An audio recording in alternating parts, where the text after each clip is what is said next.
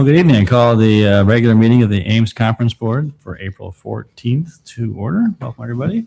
Good evening. We'll start off with roll call. Ames City Council, Present. Story County Board of Supervisors, Present here. Ames School District, Present. Gilbert School District, Nevada School District, Nevada School District, and United School District. Very good. All right. Has everyone had a chance to review the minutes from the February 24th meeting? And if so, are there any corrections?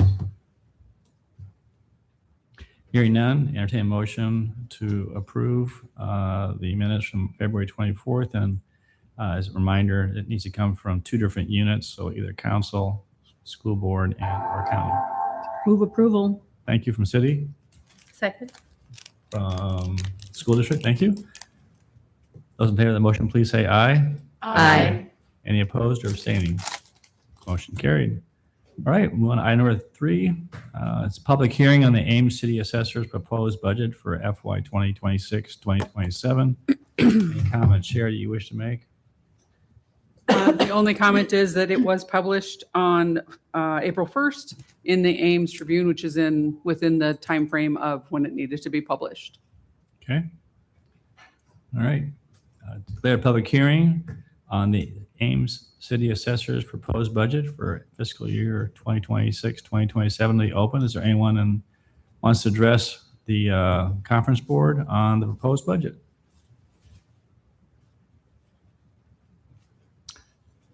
Seeing and hearing none, I'll declare the public hearing to be closed. Is there a motion to approve the proposed budget? So moved. County, and seconded by city. Thank you. Any discussion? Those in favor of the motion, please say aye. Aye. Any opposed or abstaining? Motion carried. Okay, well, that one, item number 4, board of review vacancy. Just as a reminder, it's an independent board. It acts on protests filed by property owners to ensure assessments are fair, equitable, and reflect the actual market value. Members should be familiar with real estate whenever possible and live within the Ames city limits. Sherry, do you want to comment on the one application that we received? So I did speak with 3 individuals, and there was one that actually put their application in. And so the applicant, you should have got the application in the email that was sent out with the information. And he does have some experience with real estate, and I don't know that he is here. So I would just put it in your hands from this Yep. point. Yeah, and Sherry and I worked together. I did reach out to some real estate agents, and they just respectfully declined. They said they appreciated the invitation. This is always a difficult board to try and fill because you need to have qualifications related to serving on it. And what is interesting is this Mr. Smart just came to town here not too long ago and wants to get involved, and he does have experience. So, and I talked to Sherry this afternoon to double verify that indeed he does meet the qualifications. You know, she said, I asked her to contact him to make sure he understood what the responsibilities are, and it's a little different board than what he did or served on, and he understood and was very interested. So, any questions for Sherry or for me? All right, is there an interest in appointing Stephen Smart to the board of review for a 6-year term from January 1st, 2026 to December 31st, 2031? So moved. By city, Second. by school district? Thank you. Those in favor of the motion, please say aye. Aye. Any opposed? Motion carried. And thank you for the timely motion. This allows Sherry to contact him and get some training scheduled before they meet in May. So. All right, number 5, term and appointment of the city assessor. Maybe you can give us a little background on this, Sherry, and I can certainly add some color to it. But you were the Department of Revenue contacted you with the interesting question. So in order to be reappointed, I do have to have my continuing ed hours in. So I was just verifying with them that I did have my hours in so that when the time came, I could, of course, ask for reappointment, which I did say that I was interested in being reappointed at our last meeting. In the context of that discussion, it also came up that my certificate says I was due at the end of 26.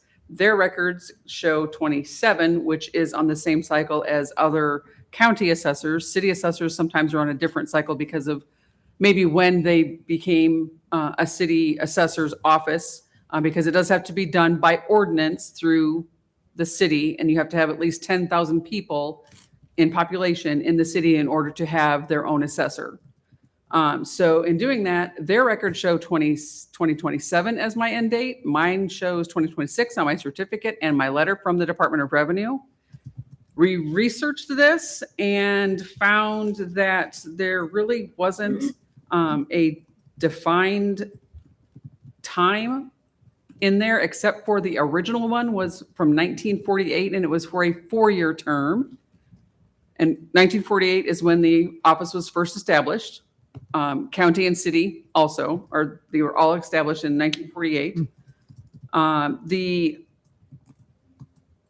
ordinance that we found in the research that we have done, we cannot find where it was ever changed to a 6-year term, which is what current law says. It's a 6-year appointment, not a 4-year appointment. So the Department of Revenue is requesting that the conference board request from the city council a updated ordinance to include it with a 6-year term instead of a 4-year term, should you decide to continue with the city assessor's office. And also to establish that the term would start on January 1 of 2027. And would be a 6-year term from that point. Correct. Going forward. Yeah. Sounds confusing. It was confusing doing the research, but the point is we want to get this cleaned up, and the Board of Review is willing to accept the December 31st, 2026, which is the end of the former assessor's 6-year term, because Correct. Sherry was actually filling the unexpired length of term. So if everyone is okay, I'd entertain a motion just to request City Council update or to consider updating the ordinance. It becomes City Council's decision, or just refer it to City Council, and we'll get this into the works. Is there a motion to that effect?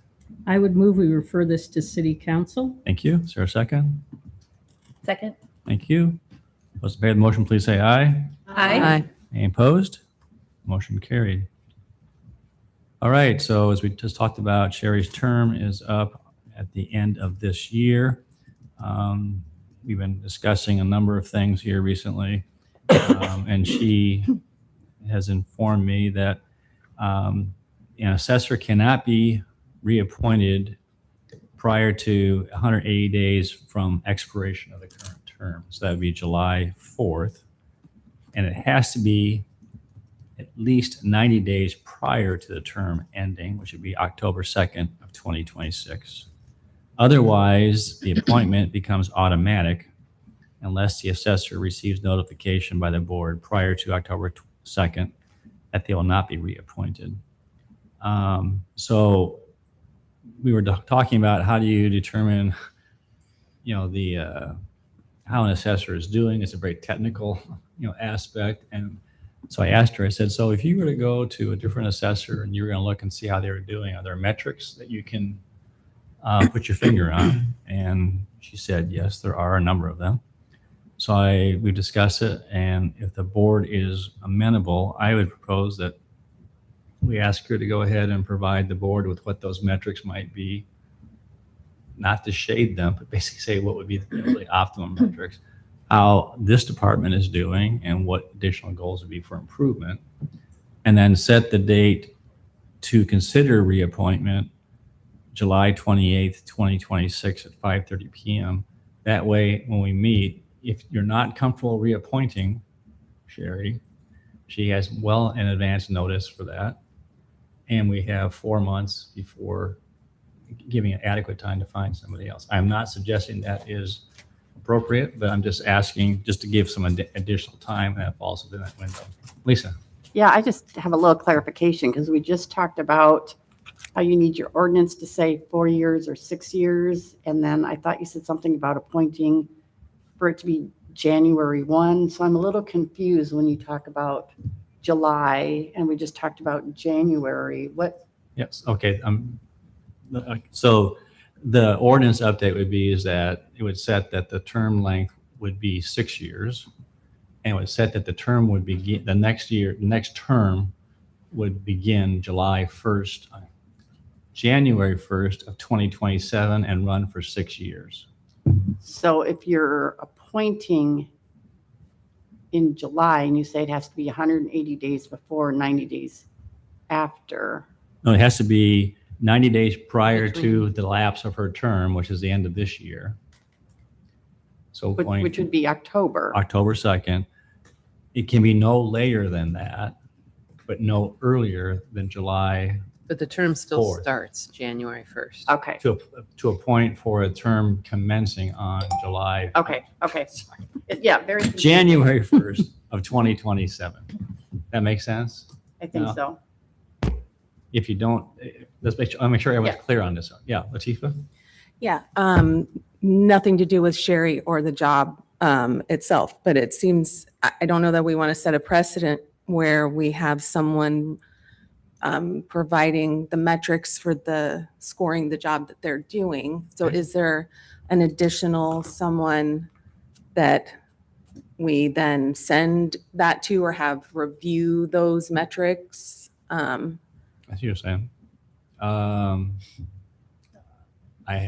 I personally have no problem with that. Yeah, I think that if you want to have a second set of eyes on that, or would the Department of Revenue have any kind of someone could review that or have some kind of We could ask them. It could also be sent to the executive board of the Assessors Association, either way, and then decide from there. Yeah, So, either one of those would be, Yeah, that's- Yeah. would be that's a good point. great. Yeah. Yeah, it's really, I mean, They're so specialized. it is. Mhm. And Yeah. it's, a lot of it's by code, a lot of it is this board overseeing it. Some of it's the Department of Revenue overseeing it, and some of it's autonomous. So, you really have 3 different legs to this. Right. So, but there are a couple of options, and I can certainly ask the director if that is something they would consider. Fantastic. Absolutely. Thanks. Yeah, it's a hard one to gauge. We thought, well, maybe instead of saying, okay, you're doing a good job, point it, maybe the board or the board has an opportunity to look at this is where we're going. We didn't have this, we had this, whatever. Mhm. So, Mayor, just one other question, and maybe because I've been in meetings all day and I'm tired. that's no issue. But I'm just trying to count out 2026 to 2031. Is that 6 years? Because I'm getting like 5. Well, no, the term for it was for Greg Lynch started, I believe it was in January 1st of 2020. 2020. And No, but so- you're saying you're changing the ordinance to 6 years, right? which matches state code. So Right. the term would start in 27 and end in 32, with 33 being the start of the next So it 6-year term. says, That's for the, oh, that's the border review. Yeah. Okay, never mind. I'm sorry. you're all right. I Yeah, I saw it too. Let's throw some more in Keep there. talking Let's throw about some more so dates in there. So many dates and numbers in here. You're confusing me. It's been a long day. Let's do this. I'll ask Sherry to go ahead and send out to you a calendar of events and just show what her current term, the term that started that preceded her appointment. When it lapses, because it was a 6-year term, it was appointed. And then when the new one would be, which she appointed for, then also the window that we can go ahead and appoint it. And then also I'll work with Sherry and that's a good point, Latifa. I think that we will make sure that we are being transparent and also having some objectivity to it. So And for the future. too. absolutely, Mhm. yeah. Sherry said there's very few assessors that go through any kind of assessment or evaluation because it is technical, Mhm. but we do want to make sure that And I think that's an opportunity to show what a great job she is Yeah. doing and leading the department. And then and maybe we can also just get an update on milestones. You got the conversion, the KEMA, or conversion. We're almost done. I mean, just the things that have happened in the last few years that she's been in office is fantastic. But anyway, all right. So is there a motion to set July 28th, 2026 at 5:30 PM for the next conference board meeting to consider the appointment of assessor, So moved. city, Second. county? Those in favor of the motion, please say aye. Aye. Any opposed? Carried. Okay, Sherry, you want to go ahead and take care of the unfinished business? I think you were really dedicated to try and answer questions that were raised at the last meeting. Yes, there were 3 questions that were asked at the last meeting that I needed to get some information for. The first one was the number and the amount of the exemptions, and I did email that out to you. This is also part of our abstract. It does not have the specific number of charitable exemptions or forest and fruit exemptions, but the list was emailed out to you. I can also put that out on the website with the minutes, so everybody does have access to that. But if you look at this, it does give you a breakdown of what type of exemption it was or credit, and then also the total number of parcels that are included and the exempt total amount. There are some that are 100%. There are some that are a percentage, or there's a limit of what they can get for these different exemptions and credits. And then this list does not include any of the value that would be city, county, or ISU owned. Those are completely separate. That is, we have 939,354 total parcels that have some type of credit or exemption currently. And the amount that is exempted is $394,965,369. That is what the people would come in and actually apply for these credits and exemptions. We also have an additional 445 parcels that are either city, state, or ISU and school owned. Those parcels we do not have completely up to date yet. So I did not put a value on those because some of them are still looking at a zero value. If you went out and looked at the parcel, it could be a zero value. So we have not updated those at this time yet. So did anybody have any questions about the amount or the numbers? I didn't have any additional questions. I just wanted to tell you I really appreciated getting the information in responses. Sure. Yeah. And it is part of the abstract as well. It just may not be broke down quite like this. Okay, next item. Okay, the next one was the cost of appeals to the appellant and the appellee. We had a discussion during the time when we were talking about the appeals and the amount of appeals we had and the people that appeal every 2 years, such as, the big box stores. So I did give you some information about when they appeal, who is responsible for some of those costs. And just to point out 2 different sections, 441.37A does basically say the costs associated with appeals are paid by each party at the Board of Review and PAB level. In 441.17 it does state where the court finds that the taxpayer has not listed the taxpayer's property as provided by law. So if they are not cooperating with us and not giving us the information we need, and in all hearings where the court decides a matter against the taxpayer, the cost shall be paid by the taxpayer. Otherwise, they are paid out of the assessment expense fund. So this kind of means if we win, they pay our expenses. If they win, we pay their expenses. So it isn't used very often, but it is a mechanism that we could possibly use. A lot of times it's just you pay for yours, I pay for mine. But with some of these that are getting to be very frequent, it's getting quite expensive to keep getting appraisals and everything and defending these. And also, if we are starting to win those cases, maybe we should look at that. And I think that that is definitely something that we need to make sure that whomever is representing us, if it's the city attorney's office that's representing the board of review, or if it is an outside counsel, to make sure that we are requesting that at the time that the decision is made through the court. Because we spend a lot of money to defend these, but it also saves a lot of tax dollars as well. Questions? All right, item 6C. And the last one is the Beacon website, the name search feature on that. And I did give you just a brief summary of what the current costs are, which is in the current budget. Those current costs are $9,800, and that is our portion that is split between the county and the city assessor's office. If we were to separate, the website cost would be $22,200 yearly, plus there would be a one-time setup fee, which is pretty minimal. I think it's like $1,000 to set that up and get it so that they are separate. So some of the reasons that I have found that other assessors and other conference boards look at to kind of look at this name search option. Assessments only use names to know who really the assessment notices and the tax statements need to go to be mailed to.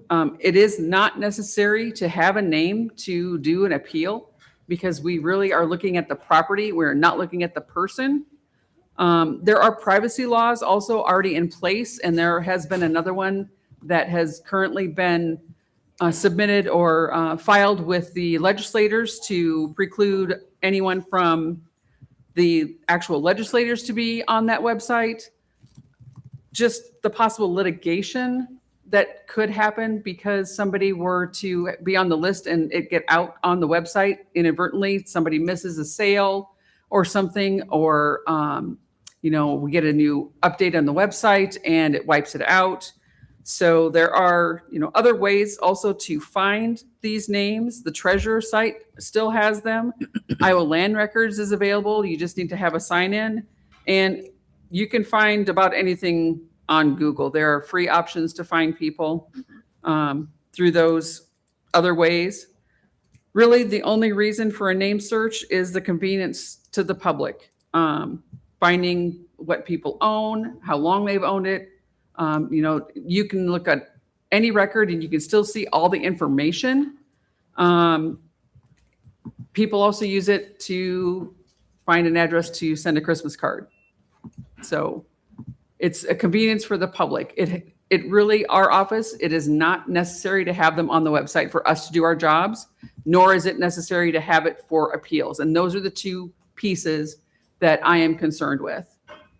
So I would personally prefer not to have it out there, just simply because of the fact that that possible litigation is a real threat right now and privacy issues for people. So, and there are already, like I said, already 2 laws that have passed for law enforcement and for safe at home. So those are already there, and I'm sure there are going to be more that are going to be coming down. So Sherry, a couple things on this. Isn't it true that most counties have this functionality? We're in the minority of counties who don't have this functionality. Isn't that true? I would say that is correct today, but there are more and more that are taking that name search off because of these reasons. The vast majority of counties have this.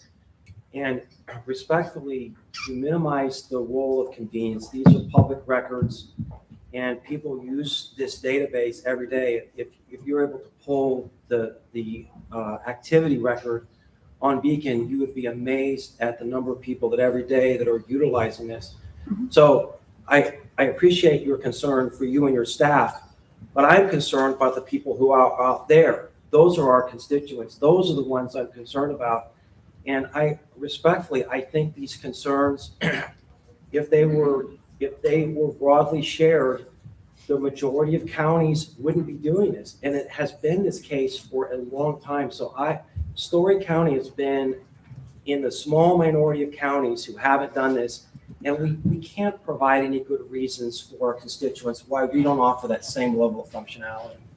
I would say this is only concerning the website. Anybody can call our office and get that information. But no one is, So- respectfully, no one is ever going to do that. The purpose of the I- website is maximizing flexibility. No one's going to pause and say, I'm going to call Sherry and get this information. They want this information available. And so I appreciate the concerns on privacy, but that's a concern for the other counties too. That's not a compelling reason. But it sounds like other counties are pulling back Yeah, from I'd like to offering see this. that data. Not to doubt you, but I had my staff check and count the counties, and Story was one of a small fraction of counties and that don't have this functionality. So could the county opt in for that option? If the county assessor chooses to do that, yes. Okay.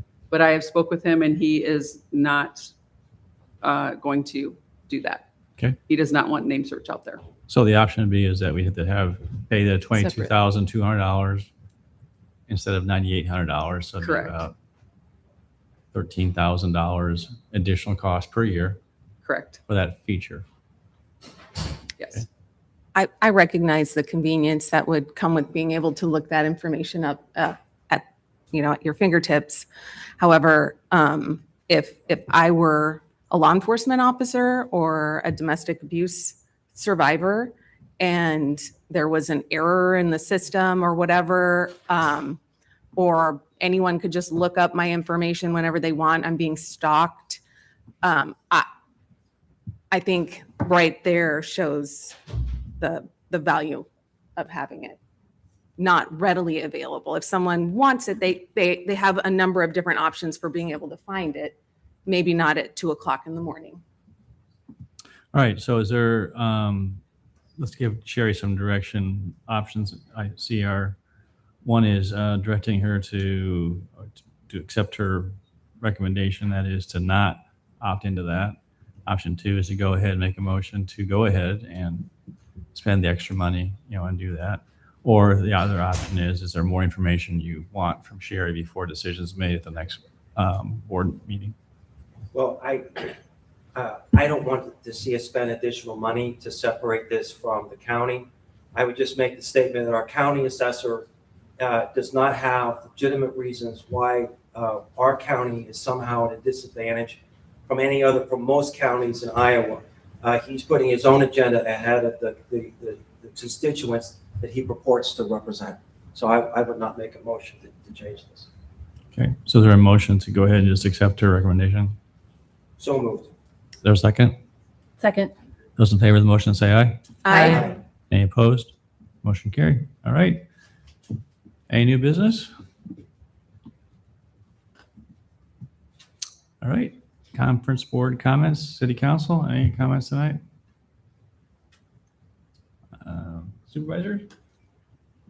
Nope. Ames School District? Nope. Gilbert?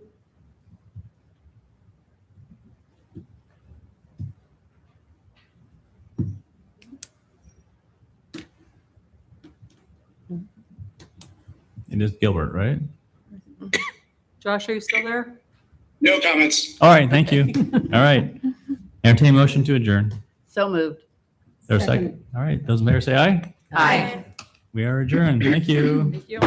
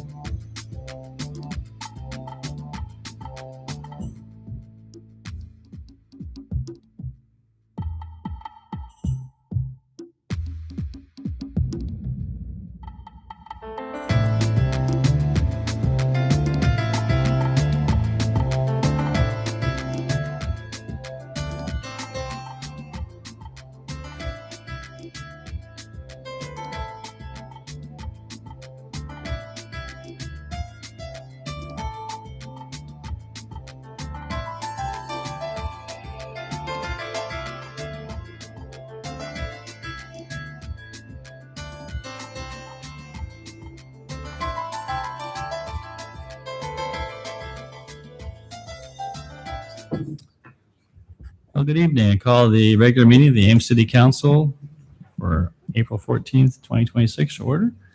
And it's my honor tonight to read 4 proclamations. So we'll start out with the proclamation for Fair Housing Month. I believe Vanessa is here to help receive that, maybe some other people.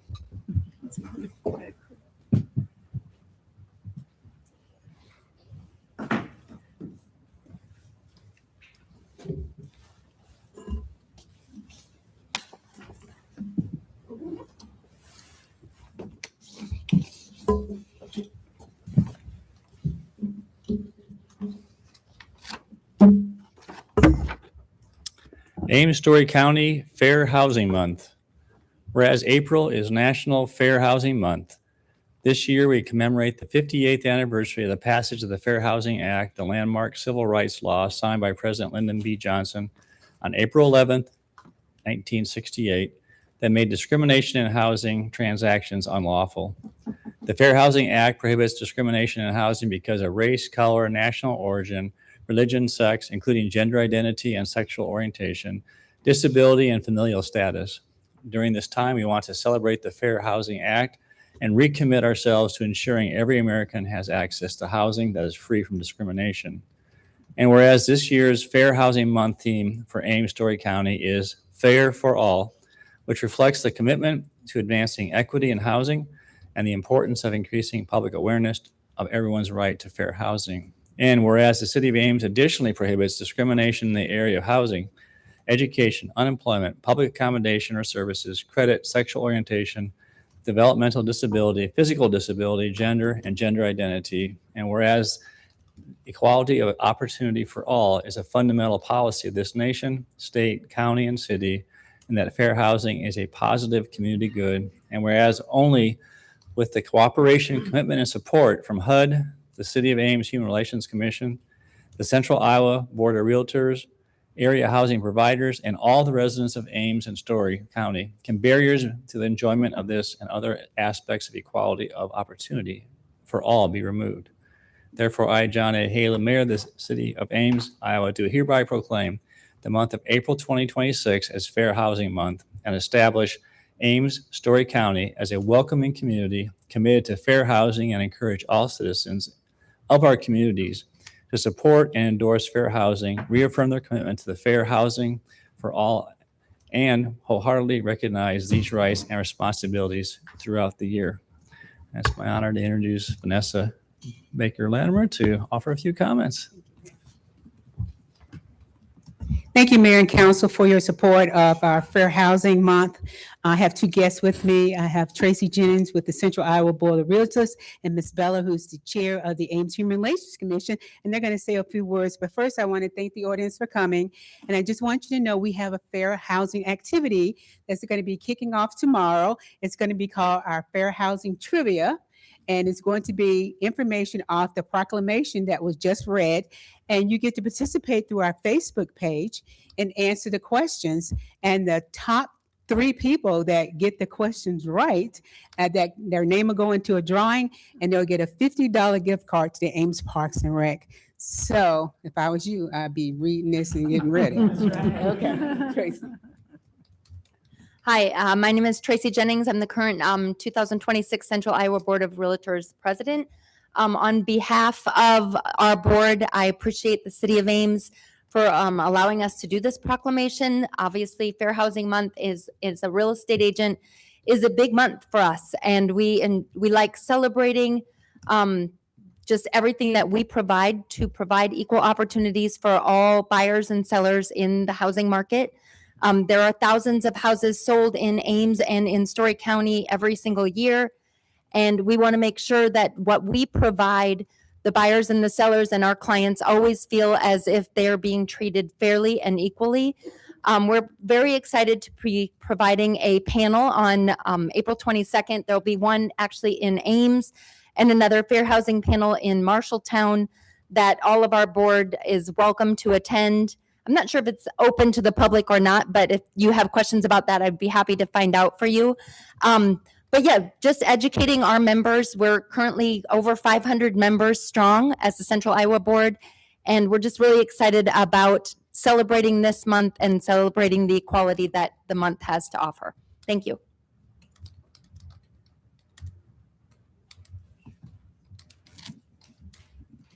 Good evening, everyone. My name is Bella. I'm the chair of the Ames Human Relations Commission, and today it is my honor to present the 2026 A Home for Everyone Award. As a gentle reminder, this award recognizes and honors an individual or an organization that has made an exemplary commitment to providing safe, quality, and equitable housing opportunities that enhance the quality of life of members of disadvantaged populations. This year's recipient will be Martha's House of Hope, who are based out of Ames. And to receive the award today is Executive Director Tara Brown.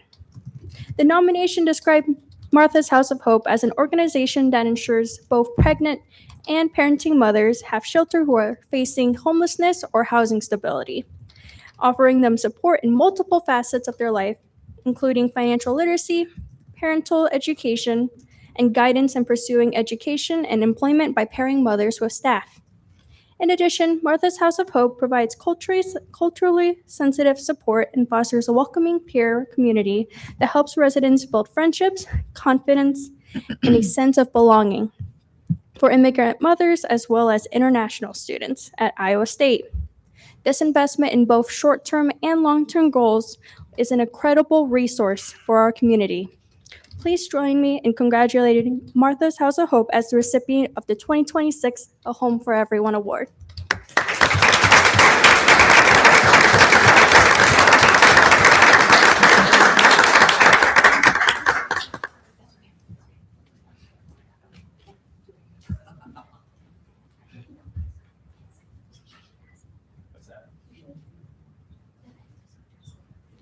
We're all scrambling, trying to find the award. We'll get it. We'll make sure it gets presented to you. So congratulations. We're very honored to give this to you, and well deserved. So thank you. Ladies, you want to get a photo before you take off? Absolutely.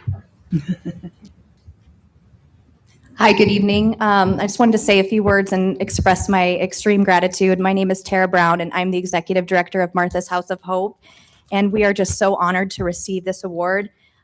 We are a maternity home, if you're not aware of us, that's located in Ames that provides housing for women who are pregnant or parenting an infant. And the women that are coming to us from some extremely difficult circumstances, women who are experiencing housing instability, fleeing domestic violence, overcoming economic hardships. And this award goes to show that those women and those families are seen and valued in this community. And we are so lucky to be part of a community like Ames that values fair and equitable housing for all members of the community. So on behalf of Martha's House of Hope, our organization, our board members, thank you. Mayor, the Human Relations Commission, and the entire committee for your support and for the support of fair housing in the Ames community. Thank you.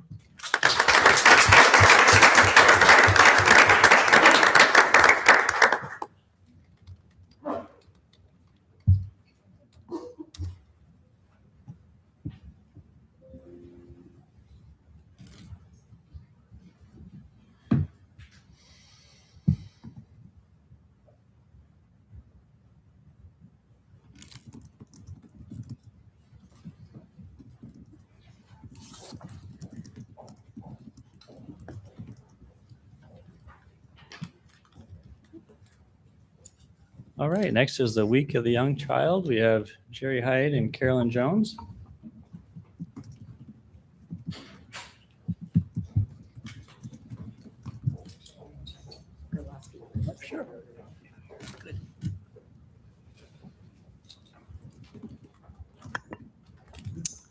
Week of the Young Child. Whereas the first years of a child's life are the period of the most rapid brain development and lay the foundation for all future learning.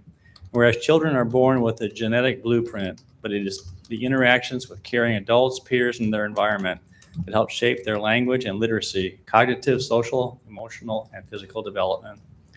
And whereas parents and caregivers are children's first teachers, and where high-quality early childhood programs can help prepare children to succeed in school, to earn higher wages, and to live healthier lives, and whereas communities share the responsibility, along with parents and educators, for nurturing and educating children. And whereas Story County policies and investments that support families, caregivers, and early childhood programs are beneficial in helping develop young children's lives. Therefore, I, John A. Haley, Mayor of the City of Ames, Iowa, do hereby proclaim April 11th to 17th, 2026 as the Week of the Young Child, and do hereby urge all citizens to recognize that by investing in our children today, we're helping build our community for the years ahead. So, Jerry, you want to? Please, go ahead. Thank you very much, Mayor. Thank you, City Council. It's an honor to be here. My name is Chuck Galarski. I'm with the Ames Morning Rotary Club. Thank you for adopting this proclamation. You are helping to spread the word about how critical children's early years are for their lifelong learning and well-being. Like you, we want every child to be prepared for future success. Over 20 years ago, Ames Morning Rotary Club and Raising Readers started the Reach Out and Read program to encourage reading and bonding. We still provide all the books that doctors give to children at their checkups in their first 5 years. Now, sometimes the children do not want to go to the doctor because they're going to get a shot, but the children love to go to the doctor to get a free book. This year, we are also launching county-wide early literacy campaign, and I will let Jerry Hyde and Raising Readers. And again, thank you for the proclamation, and thank you for reading the proclamation and signing it.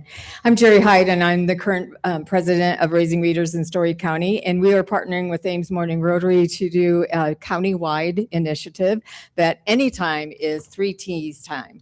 And it's a time for you can build your child's brain by using the 3 T's. So tune in, be in the moment, talk more, use a wide variety of words, and then engage your child in conversation by taking turns. I think adults can get a lot out of this as well. So it's not just for babies, but babies and young toddlers and young readers get the most out of it.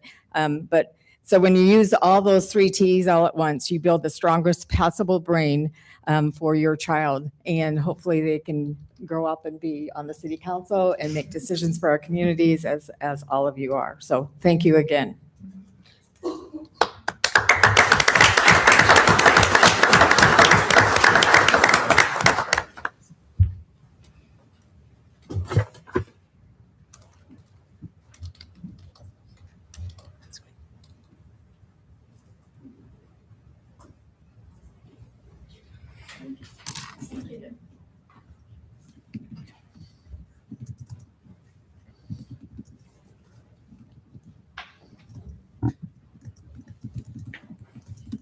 Next, we have National Library Month, a week. We'll make it a month. How's that sound, Sheila?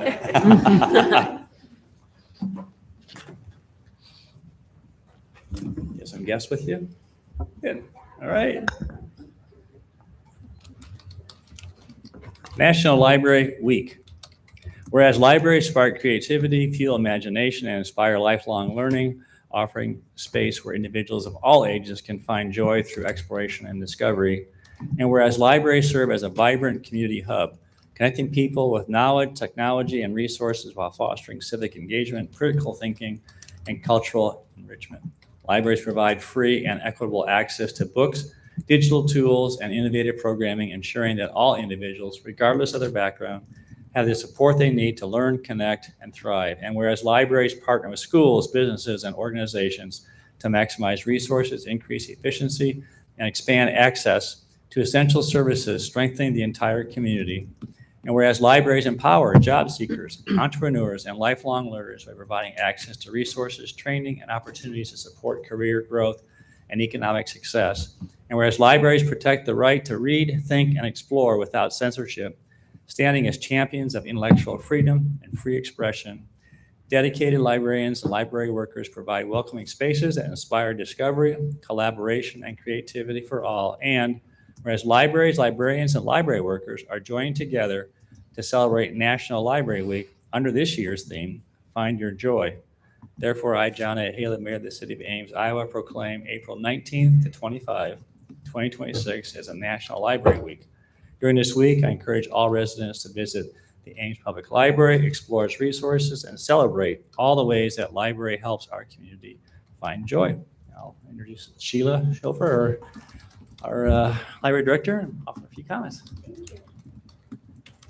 Thank you so much, Mayor, for that lovely proclamation and for the council and mayor's ongoing support of the library. This year's theme, Find Joy at Your Library, is the perfect one because on a daily basis, we see people coming to experience joy at the library every day. So from young kids who come in for story time or to have imaginative play in our space, to our teens who hang out in a teen space or plan programs as part of our teen advisory group, or for our adults and seniors who come to programs, who connect with each other, who chat with our librarians, pick out that perfect book. We see joy every day at our library. I'm personally grateful that I've been able to experience 30 years of joy in the library profession, and I'm so grateful to be able to do it in this very supportive Ames community. I'd like to introduce or just say, acknowledge Morgan Dennis, one of our Board of Trustees members, and Richard Johnson, who is our current Board of Trustee President. Thank you.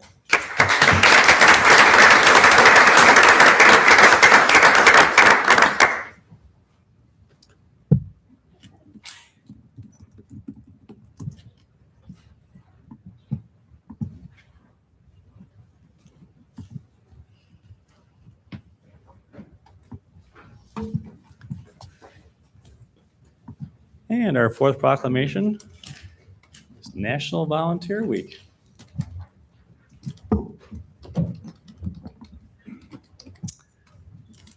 Whereas the entire community can inspire, equip, and mobilize people to take action to help improve the world. And whereas volunteers can connect with local community service opportunities through hundreds of community service organizations, laying the foundation for tomorrow's growth and prosperity. And whereas individuals and communities are at the center of social change, discovering their power to make a difference. And whereas during the month of April, all over the nation, service projects will be performed and volunteers will be recognized for their commitment to service. And whereas volunteer service benefits many by creating strong, resilient, and interconnected communities. And whereas experience teaches us that government by itself cannot address all of our nation's social problems. And whereas our country's volunteer force of over 63 million individuals is a great treasure. And whereas all volunteers are vital to our future as a caring and productive nation and community. Therefore, I, John A. Haleb, Mayor of the City of Ames, Iowa, do hereby proclaim April 19th through 25th as National Volunteer Week and encourage Ames residents to volunteer and recognize those who serve, replacing disconnection with understanding and compassion. And Sheila, are you taking care of that, or are we going to have? Oh, very good. Thank you. Thank you, Mayor Haleb, for the proclamation. Thank you to the Ames City Council. My name is Jehan Faisal. I'm the volunteer coordinator at Ames Public Library. This is a community chock full of people who care about their neighbors, and so there are a great many organizations up here. For a time, I'll just quickly introduce Kay, who's one of our fantastic volunteers at Ames Public Library. I just want to say in every corner of the library, you will see something delightful that is possible through the work of our volunteers who invest care and time and labor. Every single corner of our library is impacted by the fantastic volunteers that we have, and I think that's true across our community as a whole. So I'll just let everyone introduce themselves and their organizations. I'm Ashley Thompson, President and CEO of United Way of Story County. Thank you. My name is Abby Wyman, and I coordinate the volunteer program at the Ames Animal Shelter. My name is Hannah Bell, and I'm the volunteer coordinator for Raising Readers in Story County. My name is Christy Mayo. I am the executive director at Raising Readers in Story County. Very good.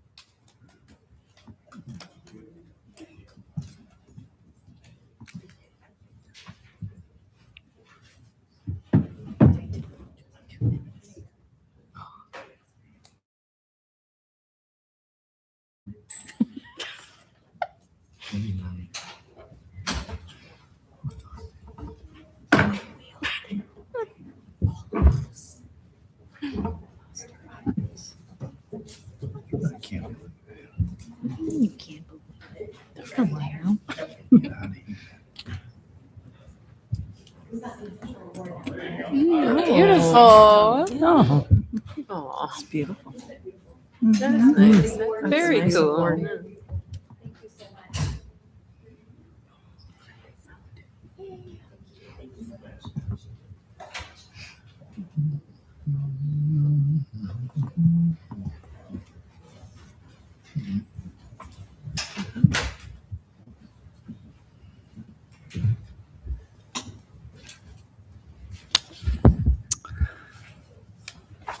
All right, Council, we're working from an amended agenda this evening.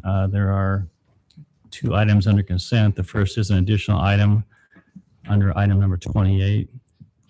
And then also there was a correction, updated, a number on, my apologies, that's actually under regular agenda. It's just the one additional item under consent. Is there any questions or any item that you wish to pull tonight? Hearing none, entertain a motion to approve the agenda as amended. I mean, the consent agenda as amended. so move. Second. Thank you. Roll call. Betcher, Aye. Junk, Aye. Corriere, Aye. Rollins, Aye. Feedy Hansen, Aye. Garten. Aye. All right, we'll open a public forum, the time we set aside for comments from the public on topics of city business other than those that list on the agenda. We'd ask people to limit their comments to 3 minutes or less. And we're also subject to the requirements of the open meeting law, so we cannot take any action on your comments. Is there anyone who wants to address council tonight?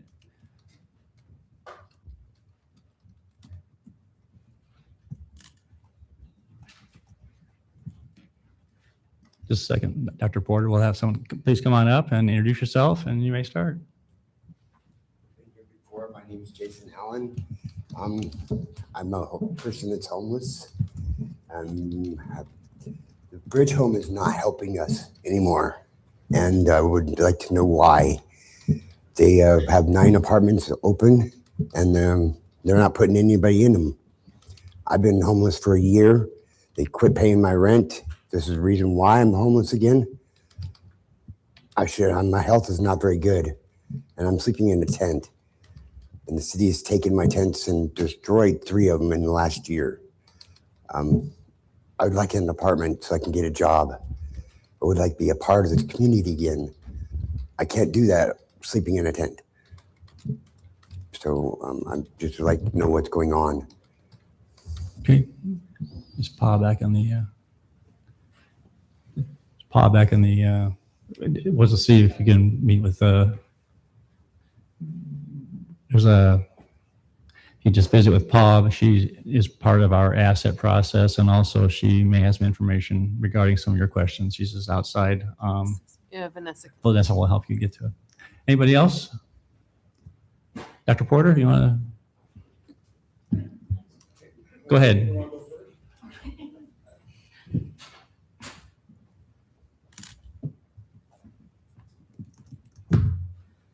Good evening. Thanks for hearing my. Your name, please, and then you'll start. Gotcha. Rhonda Frericks. I live at 3309 Kingman Road. I'm here to talk about the Ontario Show World Workforce Housing proposed project, and I live in the neighborhood of this project, and we are very concerned about the upcoming discussions that the city is going to have, and we really want to have the city really think about keeping the zoning as an RL, which is the residential low density, versus bringing in any large density. Some of the proposed projects that we have seen, it did show 8-plexes and 4-plexes, townhouses, multiple duplexes, smaller homes. And one of the things you'll be doing later is seeing my email. It talks about the fact that the square footage of a lot in residential low density is supposed to be no more than 6,000, or it has to be at least 6,000 square feet. What I look at in the proposal is that it was 4,700 square feet on some of the lots. I assume those are single-family home lots, so there were not that many single-family home lots. So we would like to encourage the council to look at more single-family homes, because this is all residential low density that this would be coming into. And then I didn't know where this fit into the community development block grant and the home program. I don't know if that is a piece of that eventually. I didn't get enough research on that, but I didn't know also if there's any funds going towards this development from those programs. And then I'd like to get more information about the development incentive agreements that are out there and where that actually is in the city of Ames, or where I can find that. Another thing is I really would like to challenge the market rate for this development. I'm concerned because when we were at the neighborhood meeting that the developers had on this project, they said the homes would be at $350,000 to $450,000. That, to me, doesn't sound moderate or even moderate income level rate for those homes. So that was concerning to me. The terminology I believe that's in the development agreements and are moderate income persons. And then just a few comments. Several recent studies have discovered that homes in areas that were low density, that had higher density projects come in, had seen a decline of about 3% of the home values in the area. I personally don't want to see that, and I was hoping the city also had that same goal. And then I saw something in one of the packets that you had out today for your council meetings of the neighborhood revitalization strategy area. I don't know if that's all of Ames is considered that, or if there is some designation also underneath that area. If there's any of that information I could get to help our neighborhood to see if we can make sure that we get the low density. That's all I have.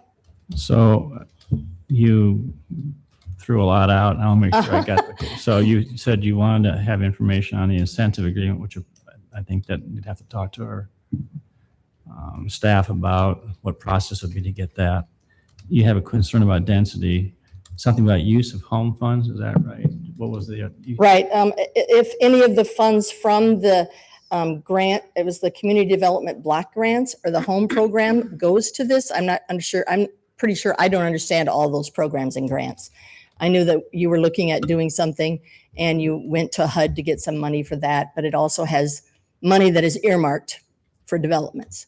Okay. So I didn't know if any of that was going towards this program. Could I suggest that if you would just email your list of requests, and then that'd be easier.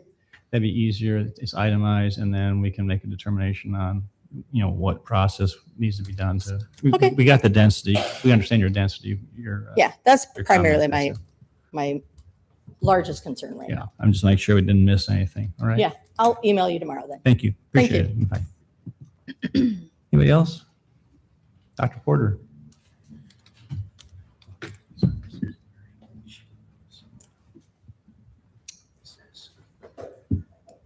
Yes, my name is Max Porter. Thank you, Mayor and City Council. Appreciate the opportunity to visit with you about this project. It's listed on your agenda under item 37 for the Planning Division Work Plan. Oh, then it can't be. And that's not an agenda item for tonight. That comes later in the future. Yep, it is. And so if you. So I'm just addressing the general forum topic right now. Yeah, right now we're doing forum, but when we come to 37, we'll go ahead and call you up, okay? Oh, I can come up then too? Or that also? Whatever. Well, that's when we'll invite comments on that point. You will, okay. Yep. All right. I'll hold my peace then. Thank you, Dr. Porter. Anybody else? Luke?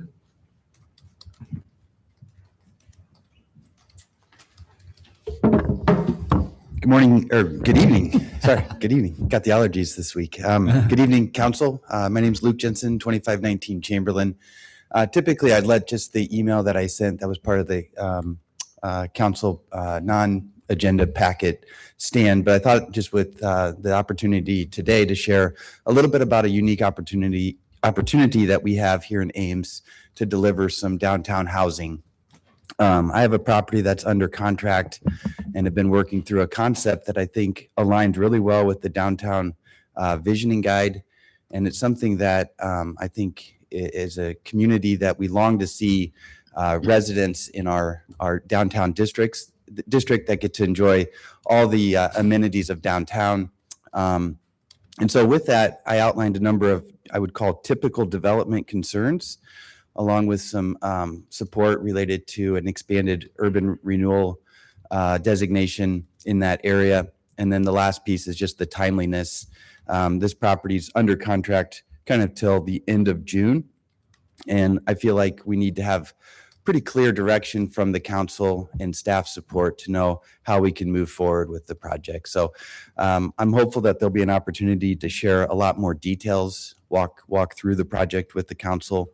But I'm excited about it and think it would be a great add to the community. And I think it also would unlock other potential sites so we can start to add residents downtown.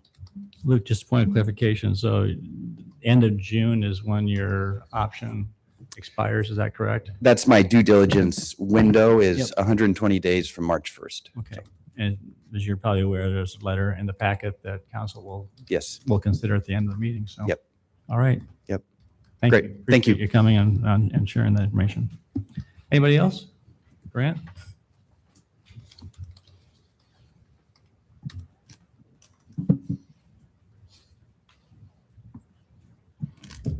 Good evening, Council. Grant Olson.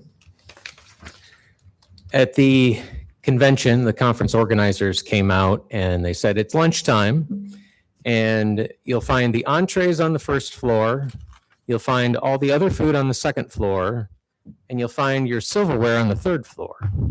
Now, as strange as that sounds, it's a slight analogy to the way that Ames and many other communities plan their developments. Things are spread out too far.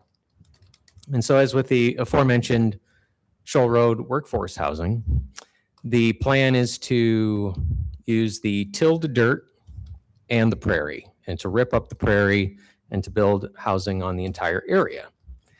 Now, as many consultants that I've read about, when they do the math, if you have this certain amount of area, you need this amount of infrastructure when you have a certain density. But if you slightly increase the density, you need fewer pipes, and you can do things more cheaply, and you can have more tax revenue per acre. And so it's very important from a fiscal responsibility that we maximize the use of our land. And so the developers are proposing a lower density residential area. And just to zoom out a little bit, there's a shared use path that's coming. And as a part of what I envision, the green belt, being able to go from Moore Memorial Park through the Shoal Road neighborhood, over into West Ames, and even continuing on from there, you have this fairly lengthy ability for people to bike ride a considerable distance. And for people who like to ride bikes, you don't pedal continuously. You do want to take a break every once in a while. And I think the Shoal Road development area would be a great opportunity to build some sort of place where people could stop and have a bite to eat, have access to a restroom. So I'd like to consider something where we're able to leave the prairie alone. A lot of time has been spent establishing that prairie, and that we only build on the dirt that's already tilled, and that we make it a multi-use, not exactly a destination, but make there more uses available, as opposed to just a bunch of houses and, well, I have to pedal on and figure out what I'm going to do to have a bite to eat and have access to a restroom. Thank you. Thank you. Anybody else? All right, we'll close public forum and we'll move on to item number 30, hearing on the City of Ames budget. Corey and Nancy?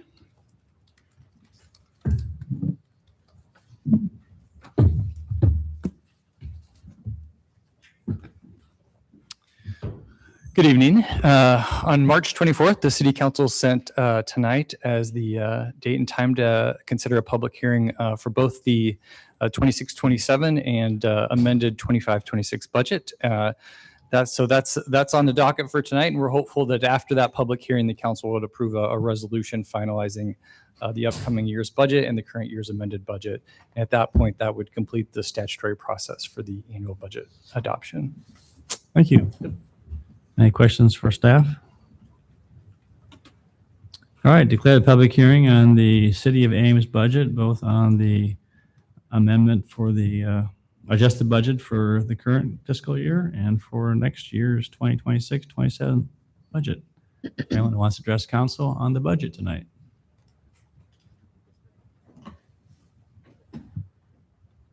Seeing and hearing none, we'll declare the public hearing to be closed.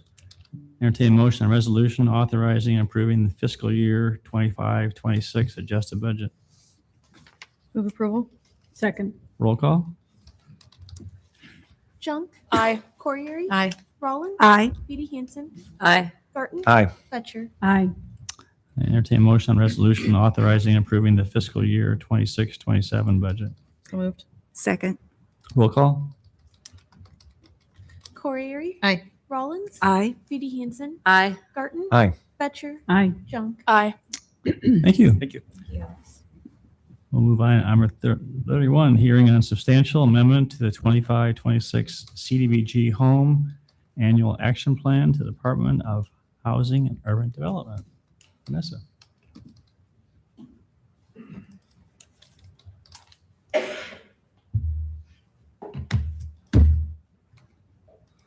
Good evening.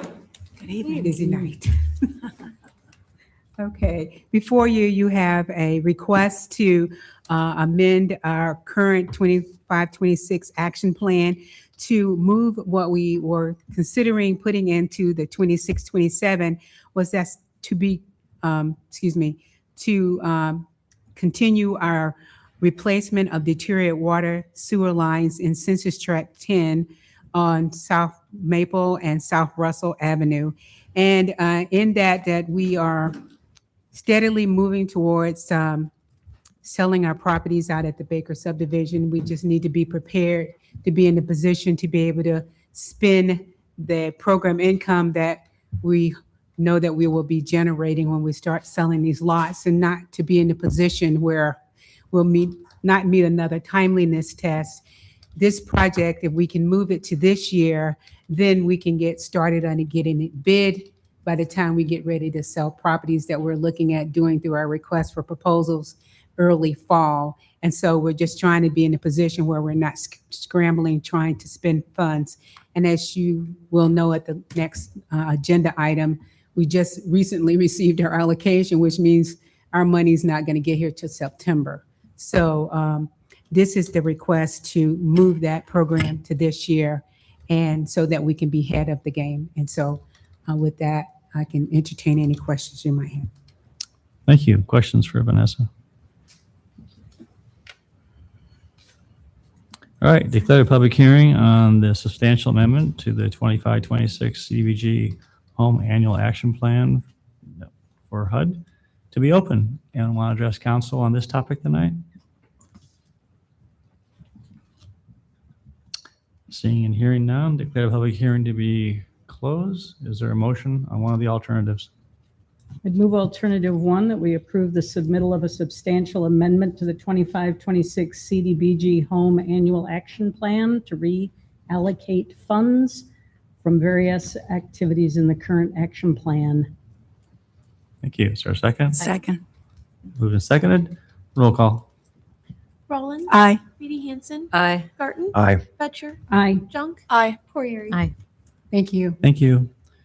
Moving on to item number 32, right-of-way restoration program. Any questions for staff on this particular project? And Justin is coming up to answer those questions. Maybe just do a 1-minute quick summary of what this project entails for those who are in the audience. Yeah, the right-of-way restoration program is a program where we take all of the capital improvement projects that Public Works puts on, and even some of the operation projects that happens, and we put one contract out in order to restore those projects as far as vegetative restoration. So we've taken this out of some of the prime contracts a number of years ago. We find the city being able to manage that a little bit closer instead of individual prime contractors doing it. We get a better product when it's all said and done. We're really cognizant of restoring the individual properties to the as good as or better than rate than what we got there is really important. So that's what this program does, and we got good bids on this one, so we're seeking approval of the bids and award of the contract. Thank you. Questions? All right, declare the public hearing on the 2025-2026 right-of-way restoration program bid open. Anyone want to address council on this topic? Seeing and hearing none, declare the public hearing to be closed. Entertain a motion on one of the alternatives. Move alternative one. Second. Oh, wait. Moved and second. Apologize. This is on 32. Recommendation is adopt alternative two. I don't No. think Am I the right one? so. That's probably just a wrong recommendation. I think he it's meant to 1A. recommend alternative number one. That's what I This was should gonna- say alternative one. That's what I was going to do, and then my eye caught this alternative two, and I'm like, I don't want to do something wrong here, so I'll So move is it alternative. 1, 2, 2? It's No, one. just- It is one. We would I'll recommend. It's one. Okay, just want to make sure. I'll move alternative one. Thank you. Is there a second? Second. Rachel? Steve? Roll call. Reedy Hanson, Aye. Garten, Aye. Betcher, Aye. Junk, Aye. Corriere, Aye. Rollins. Aye. That was a fast catch on that, reading that. We almost did something terrible. Thank you. All right, move on. Item number 33, hearing on Field Drive paving program. And you have any comments? This, on- yeah, this is for the paving of Field Drive adjacent to the new Resource Recovery and Recycling Campus.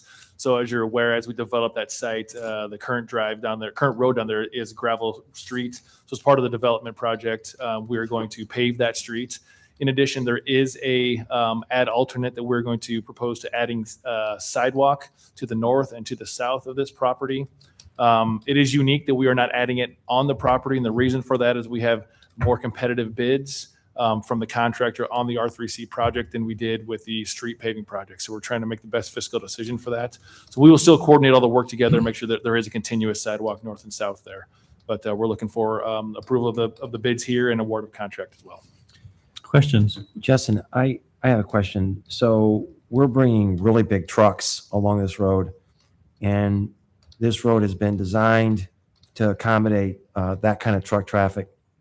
But the portion of the road that's currently paved to the north that connects with East Lincoln Way, I guess my presumption is that we would not have designed that road to accommodate the kind of trucks that are going to be there. So are we going to be looking at a situation where in a fairly short amount of time, the existing road is going to be torn to shreds by those trucks that are going to be on there? I think what you'll see is that road actually, it handles larger truck traffic than what we even realize there, because there's a lot of truck traffic that goes down there to some of the businesses that already exist.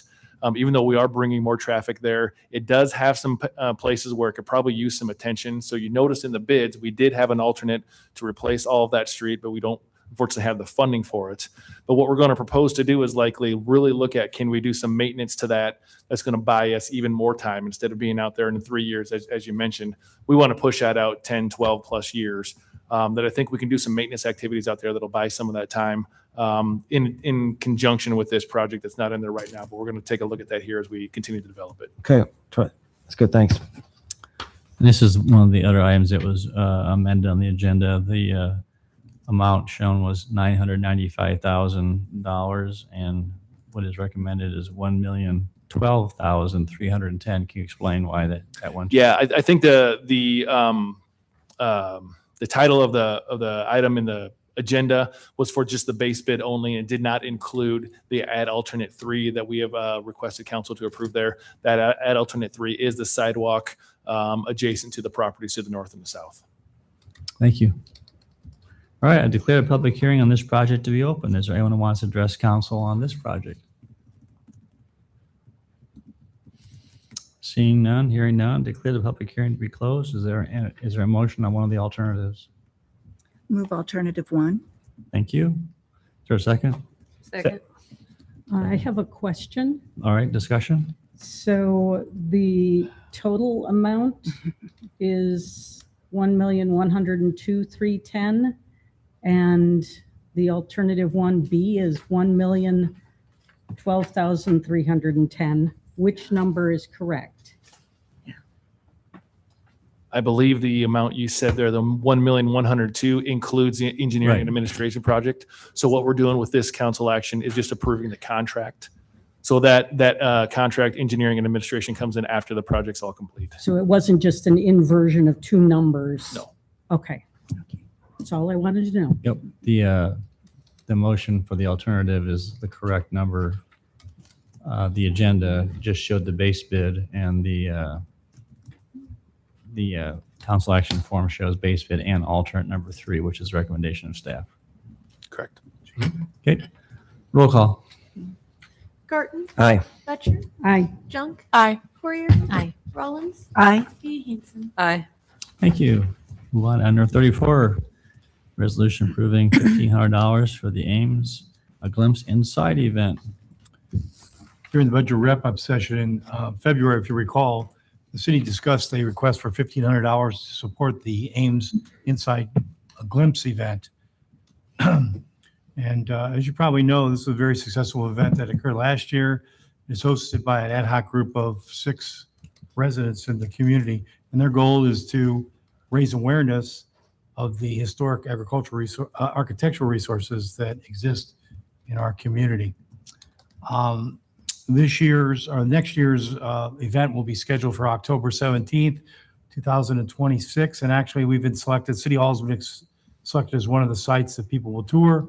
We're going to ask City Council to help out there and be tour guides along the way. As I expressed before in the report, I'm in support of this particular expenditure. You'll note from their total budget for the event is over $5,000. A little over $500,000. They're asking for $1,500 of support. Now, one way we could support, as they've done in the past, they actually were based on a recommendation from the Historic Preservation Commission. $1,500 was subtracted from the allocation to the commission of their $2,000 allotment. And I think the commission has recommended that occurs again in 26-27. However, I'm also offering another option, and that would be to actually add $1,500 by taking out of the contingency fund, council's contingency account, in fiscal year 26-27. Thereby, the commission will retain its $2,000. So I'm in support of either funding source. It's really up to you, but I hope you'll all be able to participate in being tour guides in October. And remember, whichever you do, we're talking about allocating it out of the 26-27 fiscal year, which starts July 1st. Questions? Comments? Do we know what's being sacrificed if it comes out of the HPC budget as opposed to our contingency fund? Because I remember they said that they had not budgeted for this. What was the budget for? Original budget for the 2,000? I think maybe Kelly can help answer that question.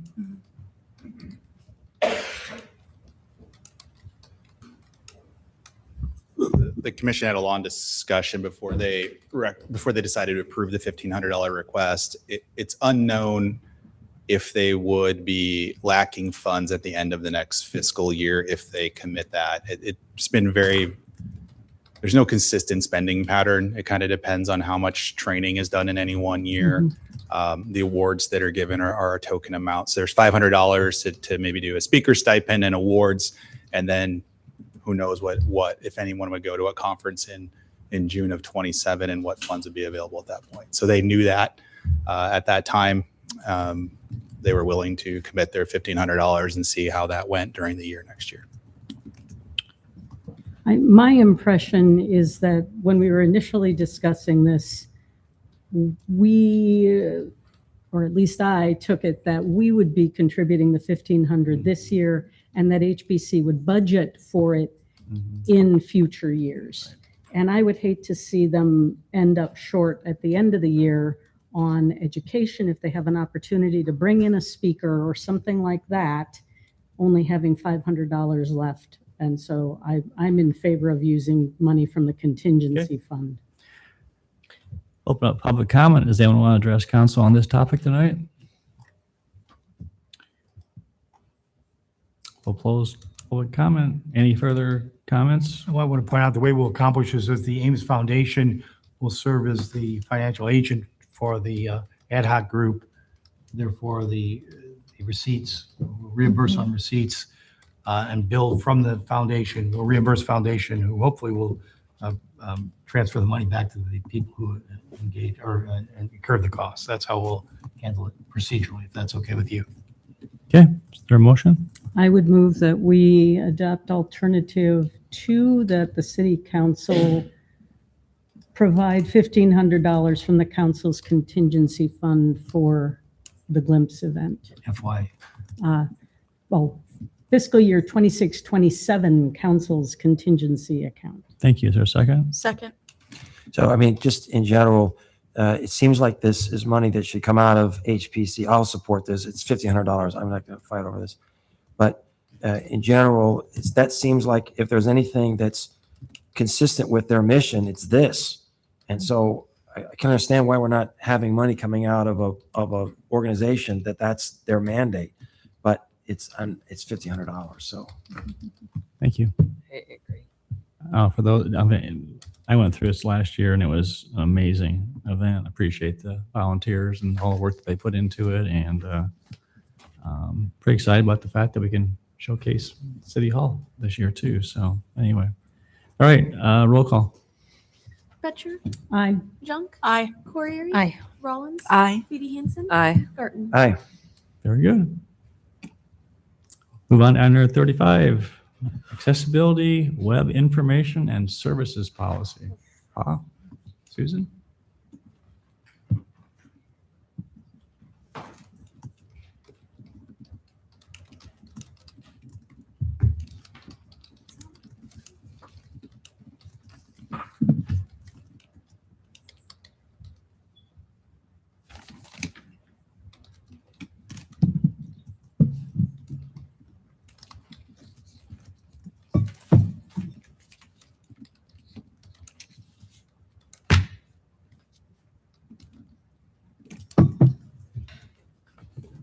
So good evening, Mayor and City Council. I'm going to fill in today for Cassandra Ames. She's not feeling very well, so I'll do my best to try to cover this. But we did want to take some time today to talk to you a little bit about the work that staff has been doing on digital accessibility. There's been a lot of work behind the scenes for a few months now, and it's still a lot of work ahead of us.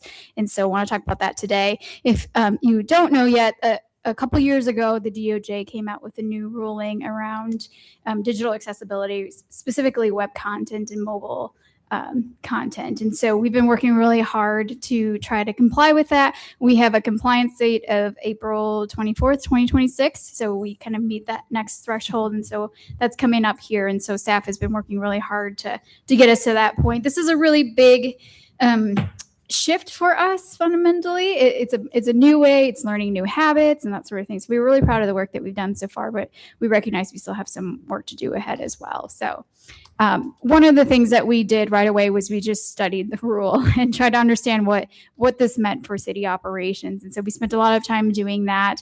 And then from that, we developed some digital accessibility fundamental training for our staff internally. So we simplified what the rule says and put it into some really practical steps for city staff. And so that training has happened. It started in January, and we have asked that all of our managers and supervisors go through that training. So I believe there's about 90 something of them, and about 45% of them have gone through that training. So we're excited about that. One of the things we did right away too was we created a cross-departmental digital task force. And so we've got representatives from the different departments coming together monthly now just to talk through what are the challenges that you're seeing, what are the things that you are doing, and how can we help you through that process. So we've been working closely with departments to talk through maybe software products that they're using or documents that they produce, and how can we start shifting that to be more accessible. We started the digital ADA policy, which is before you tonight as well for consideration. One of the best practices is that we adopt some sort of policy as an institution. And so that's the item that's before you tonight. And then, as I mentioned, 92 formal leaders, 45% of those have gone through training. And we're starting to draft the digital ADA transition plan as well. So you can't really see this infographic, but it's sort of everywhere on city staff websites and materials. We've developed a quick tips just for staff, just quick things that you can do, habits to take up that if you put into place can really help us get to that mark of meeting accessibility. I wanted to show you some photos of what this means for us. So on the left-hand side there was our park brochure that we used to do, just an image of that. And you'll see that it's not very accessible in the sense that there's color contrast issues there. So it's hard to kind of read that park winterization. So the one on the right is compliant. It's got a clear light background with dark font on it. And so color contrast is a really big piece of digital accessibility. So that's something we're being more mindful of as we prepare materials. Just a second example for you is, I think this was a social media post. Maybe I'll give you this. Social media post. So the one on the left is what we used to do. And you'll see that there's kind of information in that image. Because it is an image, a lot of the readers maybe are not able to pick that up. And so the one on the right has kind of that same information, but what we would do in a social media post is provide that text for you in addition to that. So those are just some quick examples for you.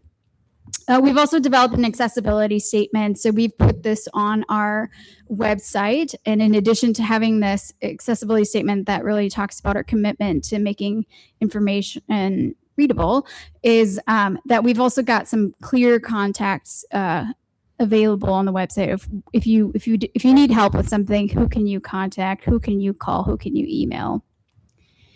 And then our current actions right now is that we are kind of moving into this phase of developing and bringing trainers in to do some more specialized training. So we use a lot of different software here. And so this week, actually, I think on Monday, yesterday, there was a training specifically on Excel, and then there'll be one on PowerPoint, on Word, and some of these more specialized tools. So really giving staff the help that they need to be successful. So I just want to take a minute and talk about how this impacts video recording. So the deadline is this coming Friday. So had this been after the deadline, I would have come up to I should have practiced to the table here and introduced myself. For people who are visually impaired who might be watching us, I would say, hello, I'm Susan Guiazda, Communications and Outreach Manager with the City of Ames. I'm going to go through my PowerPoint right now on ADA accessibility. So not only then are my words going to be closed caption, I am providing what is called an audio description or a narrative. And that's when we have to practice saying what we're doing. And one of the reasons that you might want to do that is that last bullet is that 1 hour of meeting requires 4 hours of program prep. And that is adding the audio descriptions after a meeting is over and checking the closed captionings. So we've noted when we have a long meeting and people start doing this and getting away from we can't hear what you're saying. The closed captioning can't pick it up, and we have to go in there and manually add the narrative. Sometimes we have to add inaudible. We don't know what's being said. So this is a great opportunity for all of us to practice our good microphone technique. Also to start narrating what you're doing, which does seem a little funny at first, but it becomes second nature. I'm going to put on a PowerPoint and show you what I'm doing. I'm going to distribute this piece of paper. I'm going to, whatever it is that you need to do. So the closed captioning, that's happening. Technology is our friend on this one. A lot of it's automated and we just have to go in and correct it. The audio descriptions or the narrative, that one's more challenging. And one of the other things we did, which is a good thing, is that we went into the past and looked at all our previous meetings, and we determined, are they being watched? Are people calling up the videos, and do they need to be recorded? So we did some housekeeping, and that all of those steps have really helped. And I think they were necessary, and they were the right thing to do. So moving forward from here, the Digital Task Force, the internal staff group, will continue to meet monthly until June, and we'll continue to kind of practice these things as a group and talk through issues as a group. And then after that June date, we'll move them to be kind of a quarterly group that meets to talk about, do a little bit of an internal audit. So kind of spending time looking through city websites, looking through city material, and just seeing where we are meeting digital accessibility standards and where we are not. And then we will also be working on finalizing the digital ADA transition plan. So the transition plan speaks to more than just digital accessibility. It's also building accessibility and other components as well. And so, as I mentioned before, the item before you tonight is to approve the accessibility web policy. One of the things that we'll also do moving forward is just working with a third party to make sure that we are meeting compliance. So there's different companies out there that will help scan through your website or work with you to make sure that you're in compliance. So we'll continue to do that. We will be incorporating language into our contracts that make it clear to contractors that if they're doing business with the city, they also have to meet these standards. And then we'll be continuing to answer any questions that we get from the community around this. We'll continue to offer training to staff as well, and to do some onboarding with new staff around this topic and making sure people are set up to meet this requirement. So with that, I'll take any questions if you have any. Thank you. Questions? Couple of questions. So is there some content that will not be made accessible no matter what we do, and we're going to lose some content? And could you help us understand if that's true, what we're losing? So content before the deadline, archival content, the rule does not apply to that. So we won't lose it, but our archive of council meetings, documents that are currently on the web, you do not have to retroactively fix those. So it is going forward. So it's possible that if we can't figure out a way to make something accessible, that we would not put it out. But so far, we've been able to rise to the challenge. Everybody is in the same boat. Other communities are dealing with this as well. So the idea is not to limit information, but to enlarge our audience that can has access to this information. And I agree with that goal, but I just, as we think through this, there are some possible downsides to this, that we might lose content that would otherwise be a benefit to our constituents. Do we have a sense of the price for compliance? Like, what is it taking for us to bring our city into compliance? So I would say, unlike other cities, that we planned for this for some time, so we're able to kind of move forward at our own pace, and we're not purchasing a lot of extra things. There are a lot of companies out there that will offer you a quick fix. There's a program right now that will take a PDF and instantly change it to be accessible, but it's only when that program is running. We want to change our PDFs, so we've done them the correct way. So we're putting in the time now, and we're investing the knowledge and sharing the knowledge. We're training people to be able to set us up for fixing our materials long term. You could spend a lot of money fixing it. We have not gone that route. So at this point, I'm not aware of. Yeah, I don't know that we've really quantified Minimal. that. It's been a lot of staff time for now, and we're being careful with kind of evaluating new tools or things like that to help us on this path. Well, and I just did a quick research. I mean, there are substantial fines for cities that aren't in compliance. Iowa State is making the shift, and so all the faculty are in the process of taking their materials and making them compliant, and it's huge amount of endeavor on this, and so it's just a federal mandate that we're having to jump through. Thanks. Other questions? I just wondered, are you speaking with other cities and sharing information, and what does that look like, and how has that helped? So it is interesting because I'm in a communications group that includes cities under 50,000 and over 50,000. I'm also on a national city and county marketing association meetings that are national. I mean, we're all in the same boat. It is challenging, and other communities are struggling. It is what it is. We are making progress. We are moving forward. We are doing what we can. And I think that's part of the compliance, is showing that you are reacting. And to be honest, we have not had a lot of, when we've gotten concerns about audio in the council chambers, we address it. We've always operated that way. So we have a culture of responding, and we've always had that. And this is just kind of moving the timetable a little bit. I'll add too that Cassandra has been in touch with her peers across the the state as well, and they have met on this topic a couple times. And I would say we are sort of ahead of a lot of other places. So I feel really good about the effort that we've put in and the work that we've done on this. Other questions? Thank you. Pa, I asked you this when we met, but I want the council to know what I was asking about. The remediation timelines in the policy have these terms: critical barriers, moderate issues, low impact issues, and legacy content, none of which are defined. And I'm wondering what our process is. You noted that the definitions would probably come in the future as we have a better sense of what kinds of requests we're getting and what needs to be done sooner rather than later. But if we were looking at approving this policy, what would you want from us regarding something like that? Would you want that to be part of the motion, that the definitions be added? Or how would you like us to proceed with that? Yeah, I think it's whatever you guys are more comfortable with.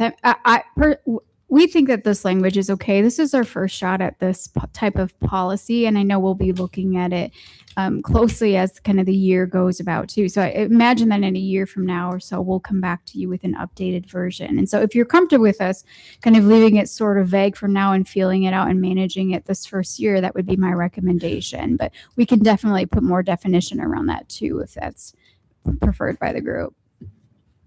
Anything else, Gloria? No. Good. And so just to clarify, you're sure that we can, like for older material, that's going to be grandfathered in and we don't need to make that accessible? That is correct. Okay. Susan, you mentioned that when someone comes up to the microphone and starts a presentation, what, if anything, is required of council when their meeting's called to order or when comments are being offered? Is that exempt from having to do any kind of an introduction or so-and-so is talking? I'm not 100% sure. I think if you are physically doing something, if you say, I'm going to get up now and read the proclamation because that's what the action you're taking, that would be helpful, but you don't need to narrate other people's actions. Is that getting to your question? Yeah, that was helpful, and I hadn't thought about the proclamation, but I was thinking about, like, for example, when council members are asking questions. This is To say this is XYZ. This is Bronwyn. Do I have to say my name every time I have a question? I don't think so. I believe you just have to say your name the first time. Okay. But we're not just going to throw you out and tell you to fend for yourself. We're going to develop training for everybody. And so that will come. Again, the proper mic technique right now to get the closed captioning, that would be a huge upgrade. And it is hard for the longer meetings as it gets later in the evening. Just naturally, people are less talking into the mic. And so that would be a big help, that we could do small goals. Well, if you could just give some direction or find out if what is required. And that would be true for any other thing, any other meeting which is being recorded as well. Yes. Okay, very good. Entertain a motion. Is there a motion on the resolution? Well, I don't think we really have a choice. I'll move alternative one. Second. All right. Roll call. John? Aye. Corey? Aye. Rollins? Aye. Vivi Hansen? Aye. Thornton? Aye. Fetcher? Aye. Thanks, Susan. Thanks, Paul. Move on to item number 36, proposed 26-27 annual action plan projects for CDBG and home programs. We get you two times in tonight. Actually, 3 times tonight. Actually, Vanessa. 3. I mean, you're on a roll. Okay, good evening. I am doing the follow-up public forums for our 26-27 annual action plan. We conducted the public forums back in March to gather feedback based on the discussion that we had with council on March 10th in reviewing the items that we wanted to submit, write the proposal for once we received our annual action plan allocation. We got started a little early because, again, when we hadn't received it, we only have 60 days once we're notified to get the action plan written and submitted to HUD. So that's why we started with our public forums in advance. But fortunately for us, on April 3rd, we did receive our 26-27 CDBG home allocations.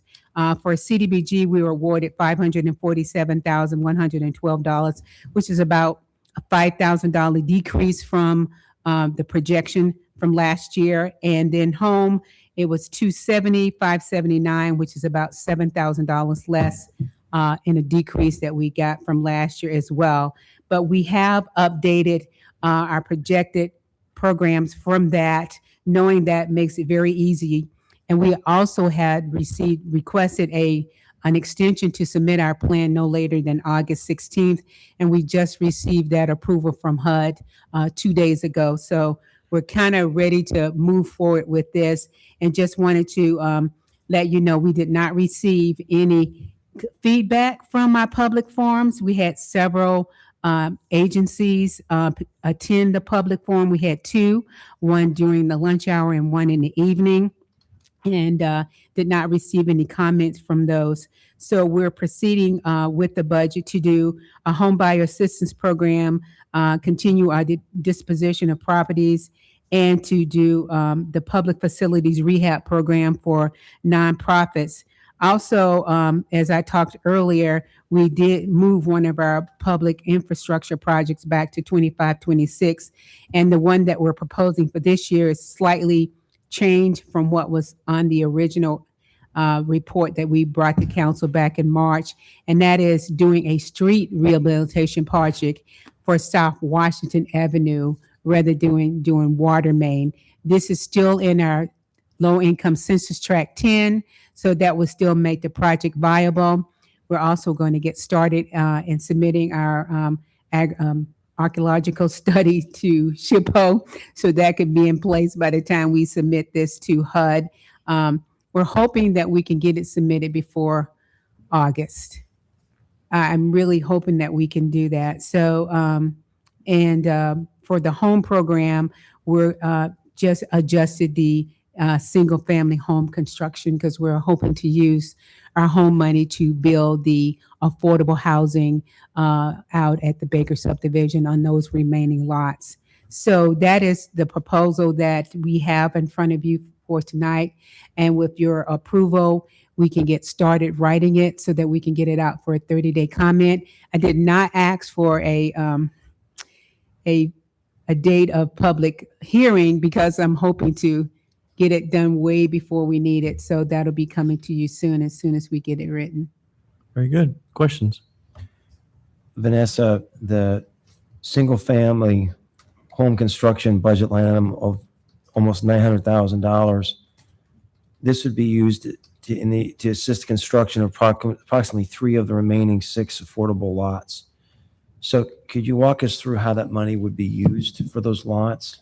Well, we would go out for proposals to partner with a developer to build them, or we can partner with a modular home company to build those after working with whatever the requirements are for state law. We're doing that. And so that would be the money we would use to help build this, because home is the only money that you can use to actually construct a home. So we had these remaining dollars we've been saving, like we did for the townhomes, to go out and build on those lots. So we would, and if we used all that money in those 3 homes, so roughly $300,000 for each of those houses, roughly. Roughly, yes. And so that money would go for construction costs. I'm just trying to wrap my brain around what this money would be used for. I mean, at some point, you spend $300,000, you're getting close to a house. So, I mean, I don't want to go into the weeds on this. Are you going to come back at some point with more information about how this money would be used? Oh, certainly. Okay. Certainly. We would want your feedback before we proceed. Yeah, I'd love some more information about how the money is going to be used. And then on the other side, once this house is built, then what does it look like in terms of keeping that house somewhat affordable? I'm fascinated because we've never really thought through a policy like that. So I'd love to. Well, in some of our previous projects where we've done affordability, we've done a recapture provision on all of our other projects. Oh, When that's we true. did Bentwood, when we did Kim Merrill Road, when we done individual houses, we do have a period of affordability that that house has to remain there, or they have to sell it to another first-time home buyer, or they have to recapture all of the funds. So we do have those provisions we've done in the past. And that was one of the things we would bring back to council to make sure what you would want us to have as recapture provisions of any of those houses. Also, to help with the cost of getting into the home, we would use future CDBG funds to help with down payment assistance because it can't help build, but the home funds can. So we use a combination of those. Very good. Thank you. Very helpful. Yeah, along that same line, does it have to be limited to 3 or could it be all 6? I mean, if that would be great. So the point is that's a topic of discussion that will come back to council. Yes, sir. Good. Yeah, great. All right. Vanessa, do you have any impression of whether the amounts that we decreased in our funding are similar to other allocations for entitlements that you're aware of? Well, when we looked at the allocation that came to the state of Iowa, we have another entitlement community that takes a bite out of our pie, and that's Polk County is now an entitlement community in the state of Iowa. So they get to split the money that comes to Iowa. And then they look at geographics, they look at our housing stats, they look at our low income, and they come up with a formula. But part of what happens is when you feed more people out of the same pie, your amounts decrease, and Polk County is now an entitlement community in Iowa. I believe they came in the last year or year before. So it wasn't surprising to you? Actually, it wasn't. I didn't think we would. I thought we were going to get less, really. Mhm. But so I'm good. It was only $5,000 worth because the way they've been talking, we wasn't sure if we were going to get any home money at all, because that's been going down steadily every year. So we're good. All right. Any remaining questions? All right, I entertain a motion on one of the alternatives.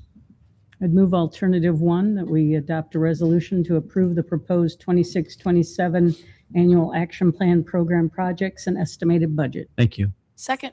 Roll call. Corriere, Aye. Rollins. Aye. Beatty Hansen, Aye. Garten. Aye. Fetcher, Aye. Junk. Aye. Thank you, Vanessa. Thank you. Move on to item number 37, Planning Division Work Plan. Kelly.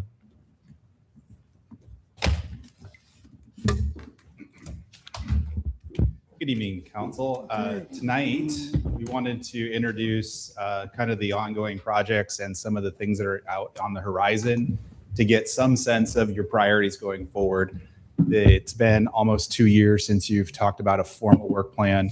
Last year, we did some things in the interim and talked about starting the zoning ordinance update and subdivision code update process and went through that. And that was set as our goal for starting last fall.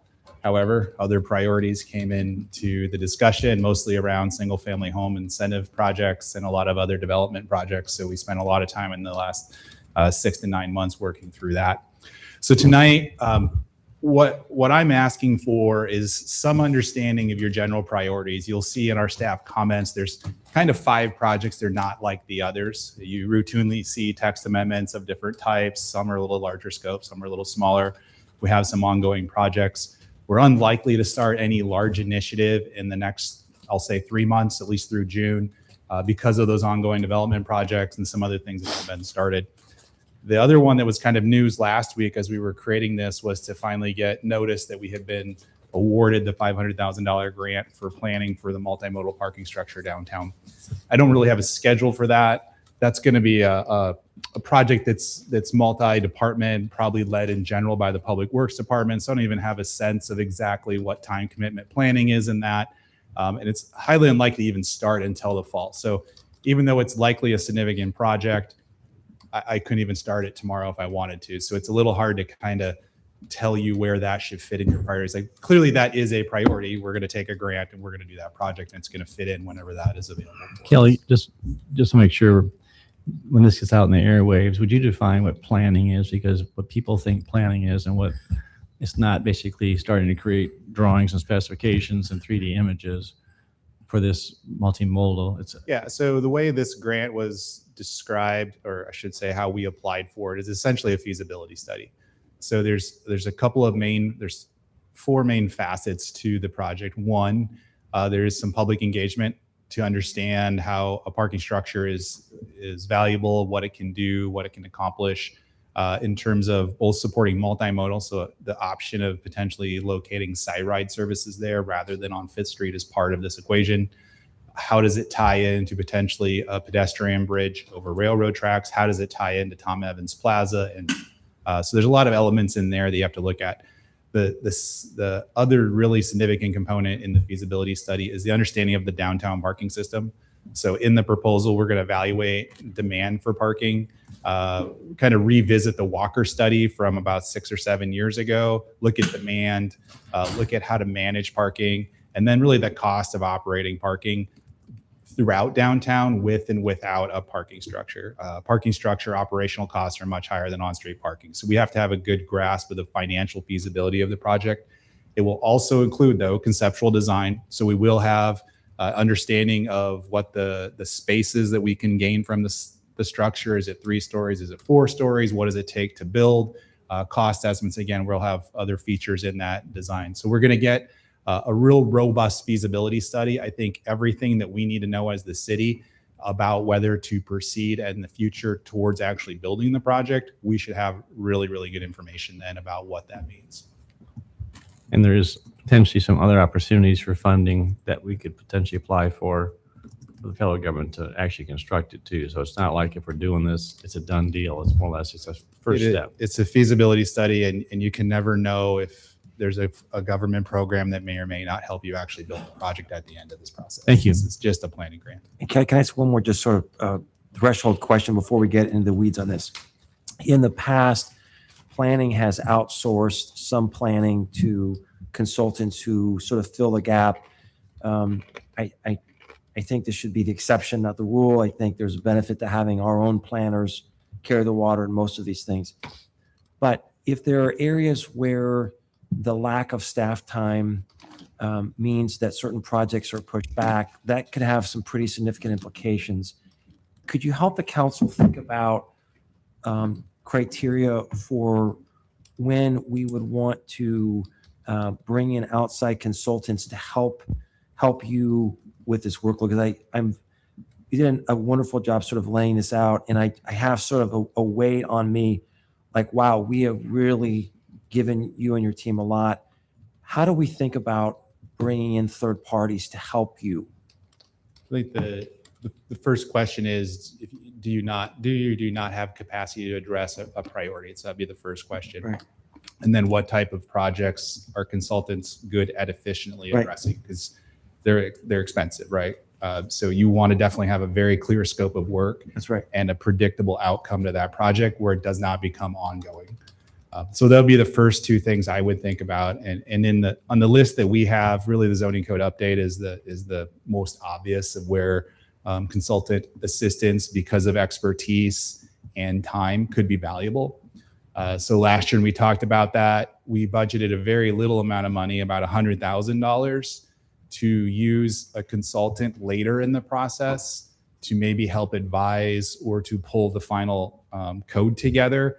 And we were going to rely on city staff to do the original initial outreach, engagement, and kind of drafting and collecting of the concepts and opinions to kind of get to a working draft. That was our process last year. So we were going to start with a heavy staff investment and then see if we needed consultant expertise as we went along.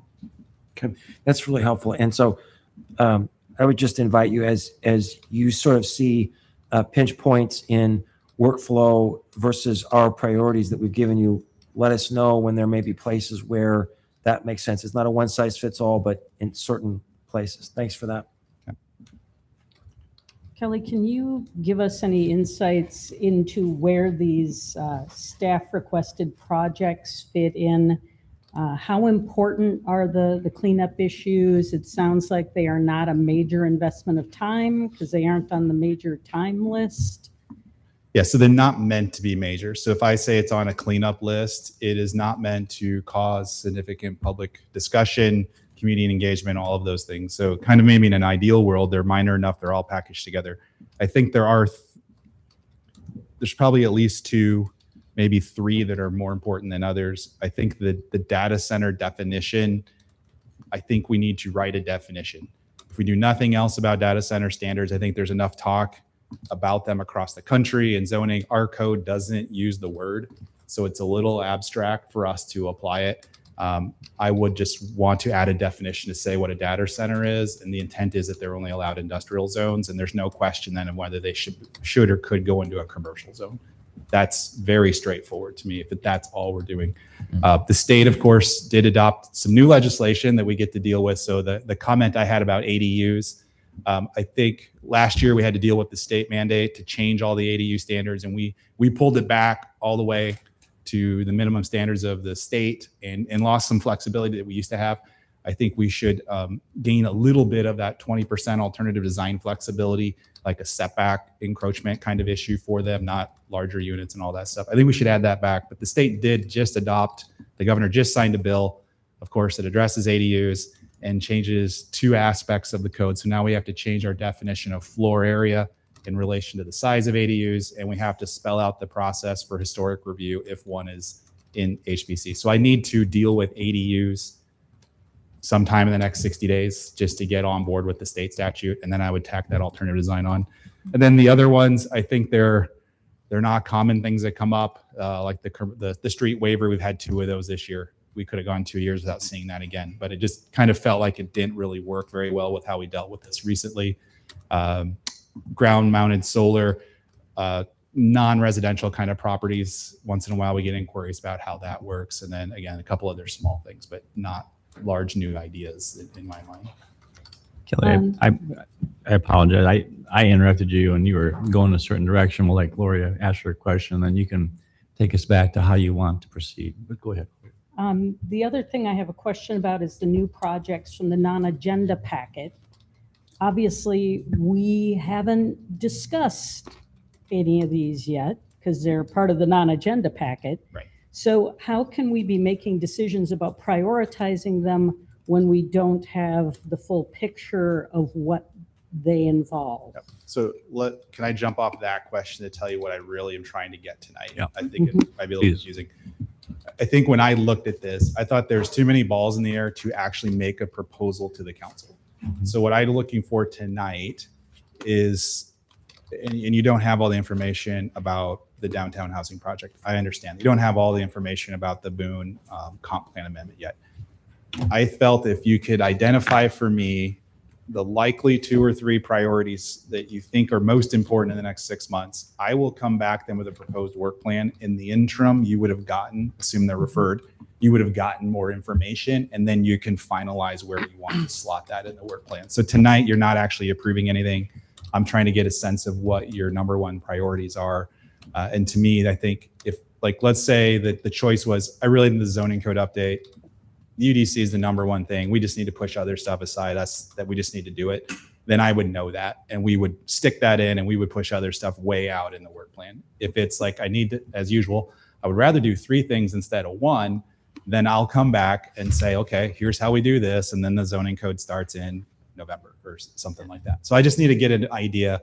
And the 2 biggest ones, the Old Town neighborhood meeting kind of discussion. This is kind of why we're here tonight. So in February, we talked about HPC's work plan, and you saw that there were some items in there that were going to be of community interest. We're kind of a larger issue of discussion, and that's why action was deferred till a bigger discussion date. So if we are thinking about reevaluating all the historic district in Old Town, that's a major project. There's a lot of touch points in that process. I need to know that.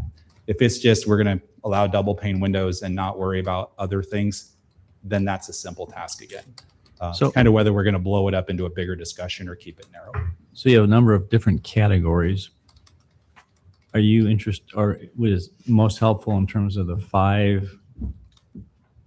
Yeah, for me, that are I listed think under staff comments. Yep. Everything else will just kind of be filtered in throughout the year. Is that what you're looking for? Well, that's where I would be able to insert. Like, so what we usually are trying to do is juggle my staff's time with development projects. I generally assign a larger project to one person, and that's their task while they're doing other development things, and kind of rotate that through the year. But small things can get plugged in when one person has capacity. So that's how we've been able to do a lot of things in the last 2 years, is just as capacity permits, to fill in those things that take 4 to 8 weeks instead of the larger projects. So that I would come back and say, here's the big ones. I might be able to layer in 2 smaller ones. I might be able to do the staff text amendment for the data center in the next 4 weeks, because that's not a big deal, while we're doing the development agreements, that kind of stuff. So the question specifically is, are you looking from council to get feedback on priorities on those listed under staff comments, or is it broader in nature and it includes more Could projects? be any. I think the 5 I list in our staff comments are the most important because they're the largest, and they seem to me to involve the most public engagement. And I tell you that every time I'm here. Public engagement is what stretches the project out. We need to do it, but it's what makes the duration take longer and be more involved. So the projects in progress, they're already underway. So Unless you were to say, stop doing it, they're going to continue just as you've told me to be. And projects directed by the council but not started yet, you already gotten direction and you're going to be plugging those in, right? Project, which one was that again? Projects directed by the council, started. but not Those are they're not on a schedule. So that would be like the Old Town neighborhood meeting. So in February, you voted to consider zoning text amendment and a meeting. And but that's captured in item 3 under staff comments. Is that correct? Number 3 and number 4. So when Okay. you adopted a new goal, you added a housing report. I'm just trying to get this narrowed down in terms, is council having to look at And some of these have time constraints on it? constraints built into them. Like we just heard about that downtown housing project north of 6th Street has a June deadline to June at least 30th. have a sense for what council wants, right? Well, and in terms of the downtown parking structure, I mean, we already set that as a priority in our goals. Yes. Like that was Yep. ranked quite highly. Yep. But So- we don't know when we can actually start it because we don't have the information from the USDOT on when we'll get the funding for it, right? Is that- Yeah, I noticed essentially we'll have to sign a grant agreement and do a bunch of paperwork to say that we'll follow the federal rules. And until we do that, we can't start anything. And then we'll have to go through an RFP process to hire a consultant and do a lot of other things. And I mean, what if we don't all agree? Like, because I can say what my preferences are, but I'm worried it's going to get tangled. But I don't know if that's what you want. Like, if we just go each and say our preferences and hope they align. Usually there's a motion that says, consensus. I'll just say, item A and B are our priorities for the next 6 months. Kelly, work that into a schedule and bring it back for us to approve. And then sometimes you alter what I propose. I just didn't feel like I could propose an actual plan Sure. right now, Okay. Right. because the large 5 projects are just substantial. But we're looking at those 5 mostly and trying to winnow it down for you to 3 or fewer. 2 or fewer. I mean, yeah. Yeah. Okay. Well, so how much flexibility is there? There's 2 in there that I For like. example, number 1 and number 2, we've already got number 1 as a council priority, but we have to wait a little bit before we can start that. Is there a means of stopping and reinitiating at different points so that you could say, well, doing 1 and 2 as things become available to us? Or is it really, we got to focus on 1, So we the- got to focus on 2? I'll give you my 2 cents about the 5. So I Mhm. think they're a little variable. I think downtown parking structure planning grant, no one's walking away from that. We just don't know when it starts, don't know what the planning commitment is. In my proposal back to you, I will show a start date like September 1st. And we will probably have talked to Public Works and have some idea kind of like when planning's involved and not. And that's an 18-month project. It's not going to be done in 6 months. So it's going to get stretched out. It's not really going to inhibit other small things or medium things happening in the fall and the winter. We just have to account for it. Unified Development Code. I would hate to start and stop it. It would lose so much momentum. We'll lose attention. We'll forget why we did things. And I just think it won't work if if we start and stop the UDC process. So to me, it's once we start, we have to really be committed for that 16 months. Old Town outreach meeting. That's one that you could say, do a meeting and there's no next steps until after a meeting's held, because you really don't know what you're doing next. The point of the meeting is to gain information and opinions from the Old Town area.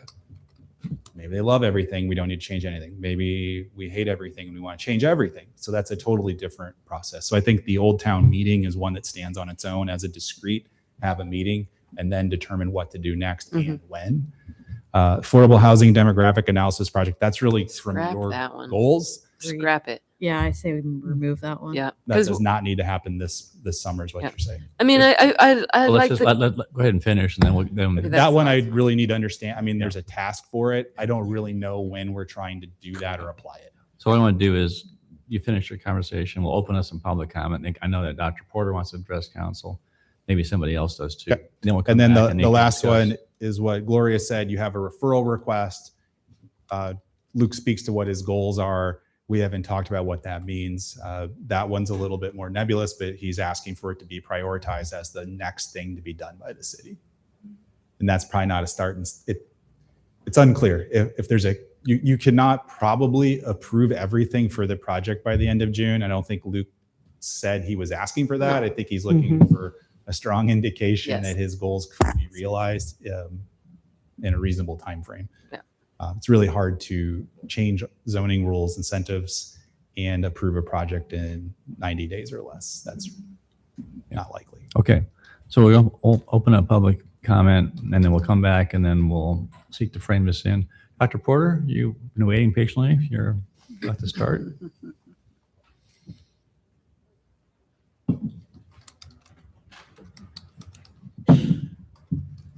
Well, thank you, Mayor, for putting me back in. I have a couple comments concerning the item listed on item 37 on your agenda, which shows Ontario Show Road workforce housing, that particular item.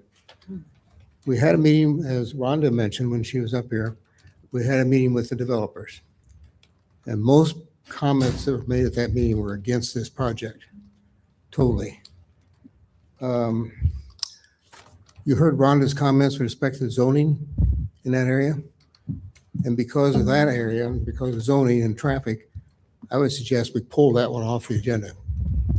If you're looking for a time to do things, that would be one I would pull off if I were in your position. The traffic that's on Ontario is a major, huge concern.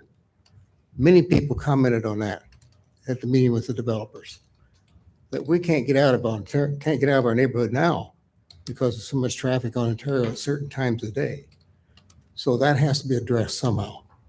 We just can't get in and out of our neighborhood. And particularly if you put eightplexes on there. Eightplexes would really muddy things up, in our opinion, of trying to get out of our neighborhood. So I would recommend that we not do that project now. If you take that and do decide to do it, then you've got to do something about the traffic on Ontario. Okay, that'd be the main things I have in mind there. I don't think I'll stop there, but I'd be glad to answer any questions that you feel the neighborhood, you want to find out from the neighborhood. Thank you, Dr. Porter. Appreciate Okay, it. thank you. Anybody else want to address council?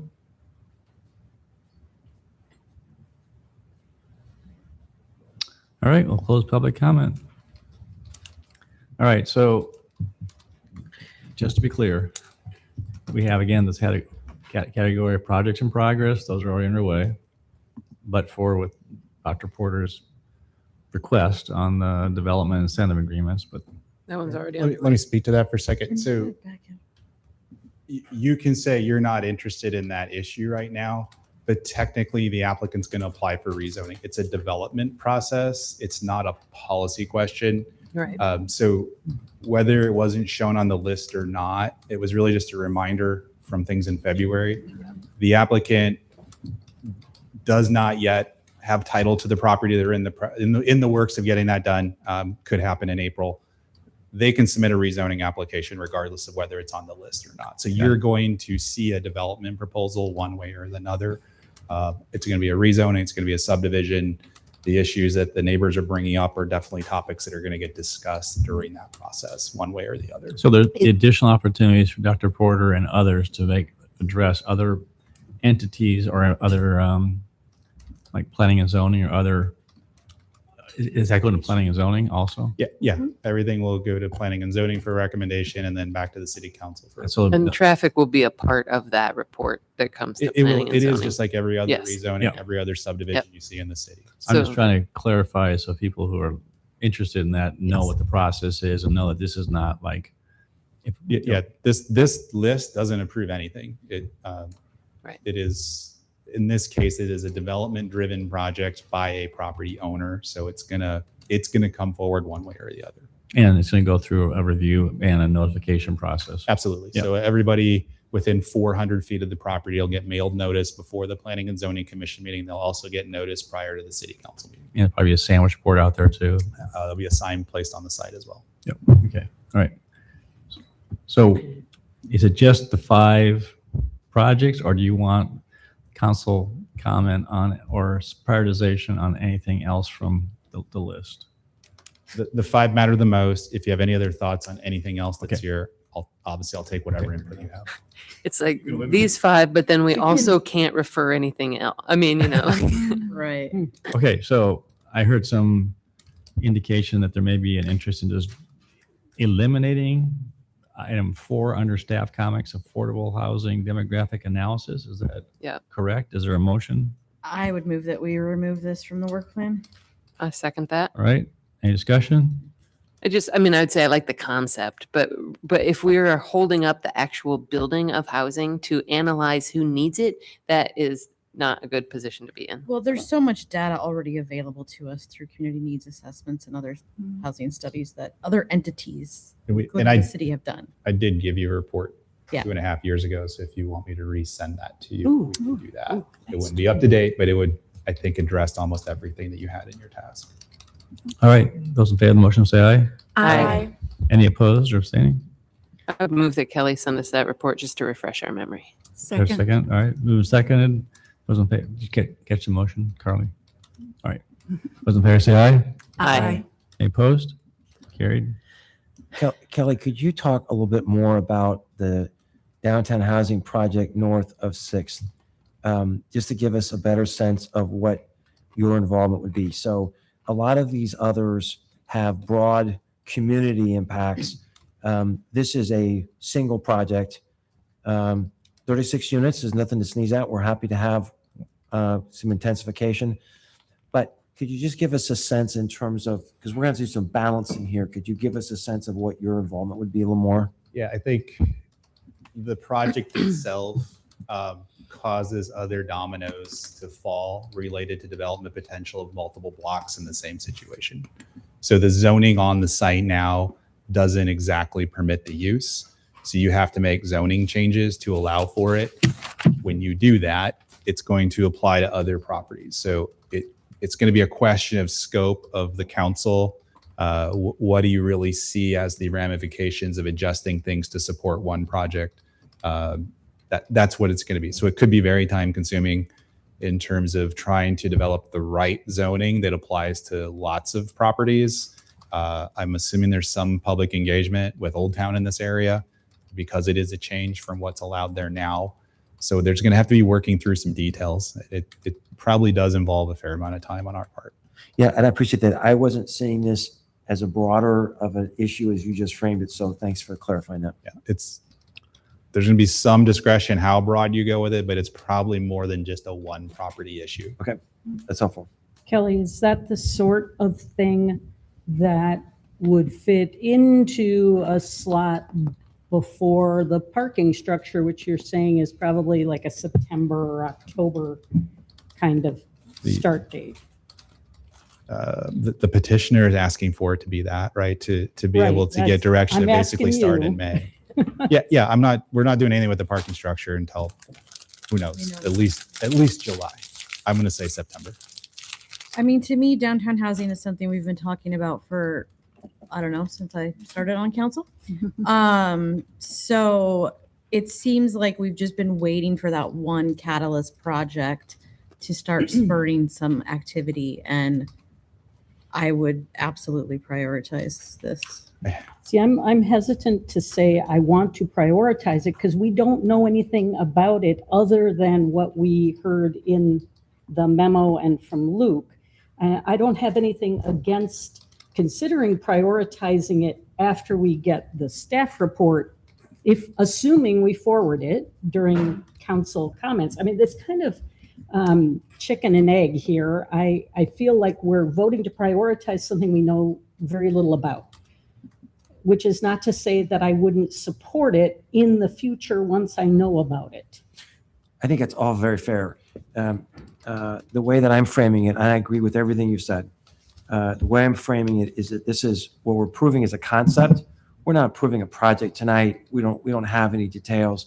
What we're saying is, do we want to see increased density? And that's really more the concept, and it's really just starting the process. A lot of questions, as sort of Kelly indicated. So it's really more proving the concept rather than a particular project. But Yeah, but it's attached to a particular project, no which. dispute there. It's a little bit unusual for us, but it's sort of where we are with the task that we have tonight. All right, is there a motion on the first priority? Well, I was going to say that there's that number 1, too, that we're not letting go of, right? Right.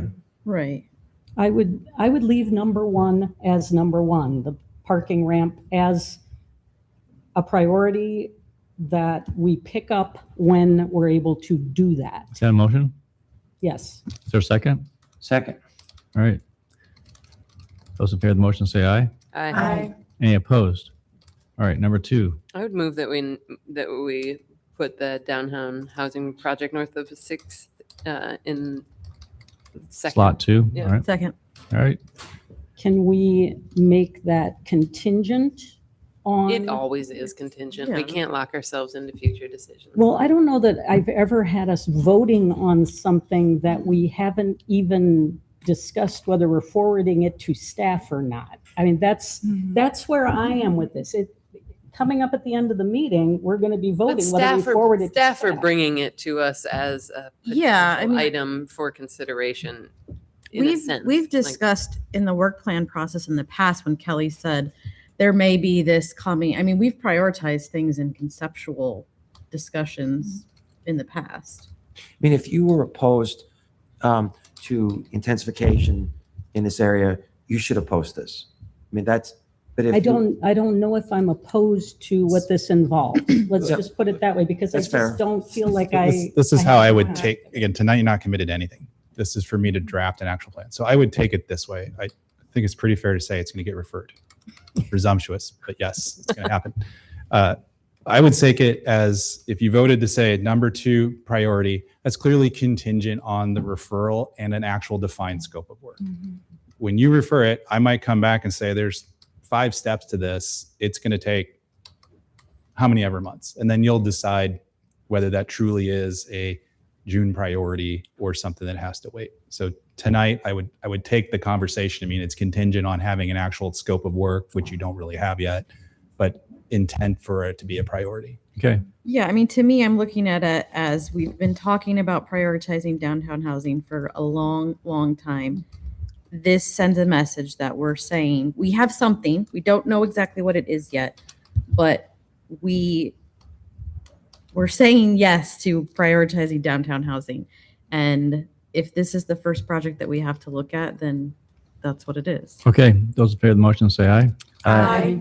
Opposed? Motion carried. Is there number 3? Kelly, could you clarify a little bit on the Unified Development Code project? So my matrix is I'm looking at projects that we can clearly better our community. So what we just did, we're going to add units of housing. That is a trophy we can put on the wall. And it may lead to other projects where we're finally reaching some of our intensification goals. Can you speak to whether, it's just unclear to me whether the Unified Development Code project is going to create opportunities for development, or what we're doing is we're just sort of cleaning up code issues? No, absolutely. It's the number 1 thing you can do to implement Plan 2040. So really like Luke's request, if we had updated our zoning code, you wouldn't even need that request. You would have resolved that part of the city's zoning issues in advance. So we have that kind of issue in multiple places of the city. Like the greatest example is we have an urban corridor designation along much of Lincoln Way.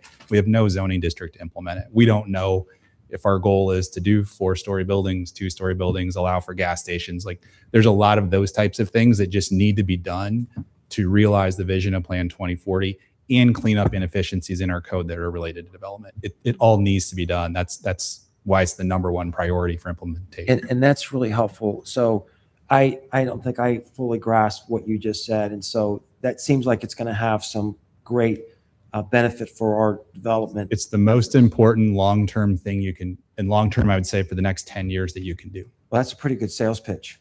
All right. Is there what? I'd move the Unified Development Code as priority 3. Second. Okay.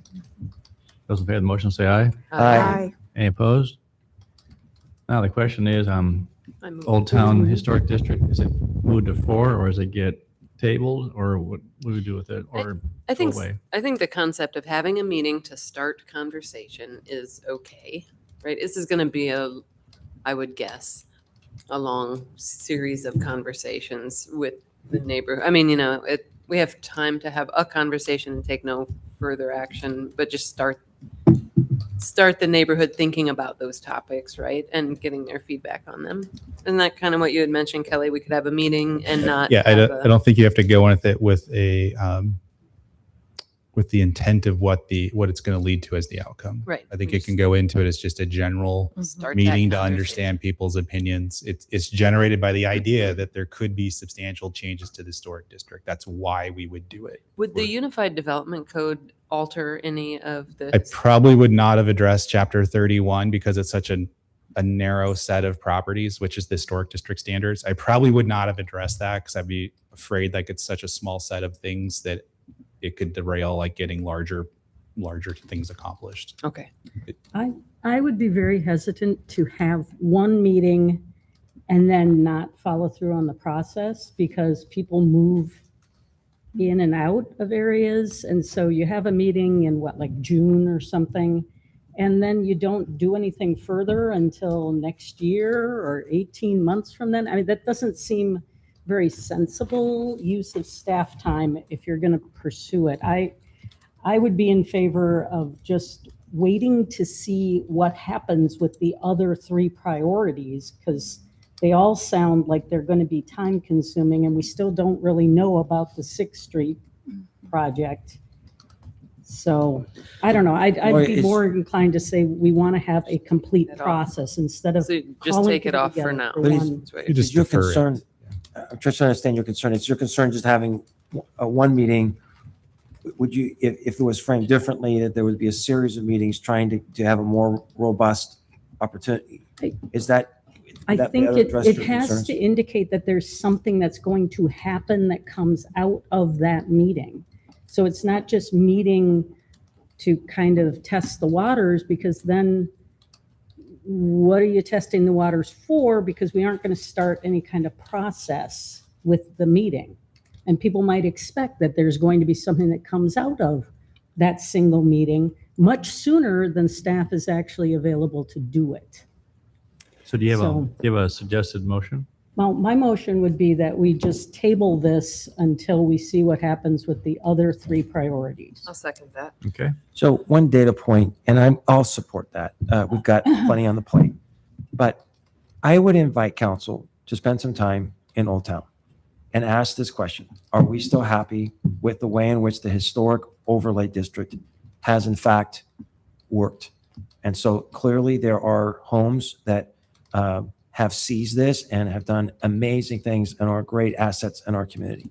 And there are other properties for whom the restrictions imposed by that code section have, I think, caused the decline in many areas of Old Town.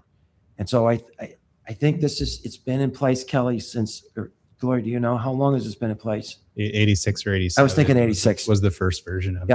Yep. And so it's been in place for a while. I think it's time for us to take a step back, and it doesn't have to be an either or. Maybe there are ways that we could look at best practices for historic districts that could allow for some revision that would achieve some of the goals. But I would encourage council to spend some time in Old Town.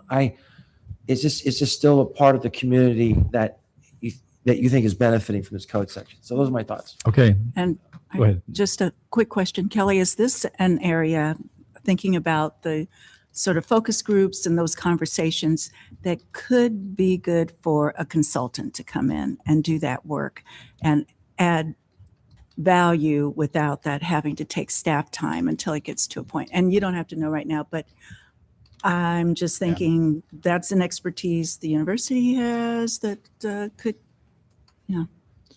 I would say it's possible. Again, I think you have to have a defined scope and outcome to have a consultant be a productive asset. So if you just had, again, if it's just for the sake of a meeting, then there's no real reason to hire someone to facilitate a meeting just to do that. But if we were to revamp the whole code, there's definitely probably an option of hiring a historical consultant to help draft what that would be, not just staffed. Okay. All right, motion made and That's way seconded. down the road. Those in favor of the motion say aye. Aye. Any opposed? Carried. All right. Can I just ask for one other thing? Since Yeah, I was going to ask you. You have staff requested projects. Yep. Not yet started. Are those going to be swept into your UTC?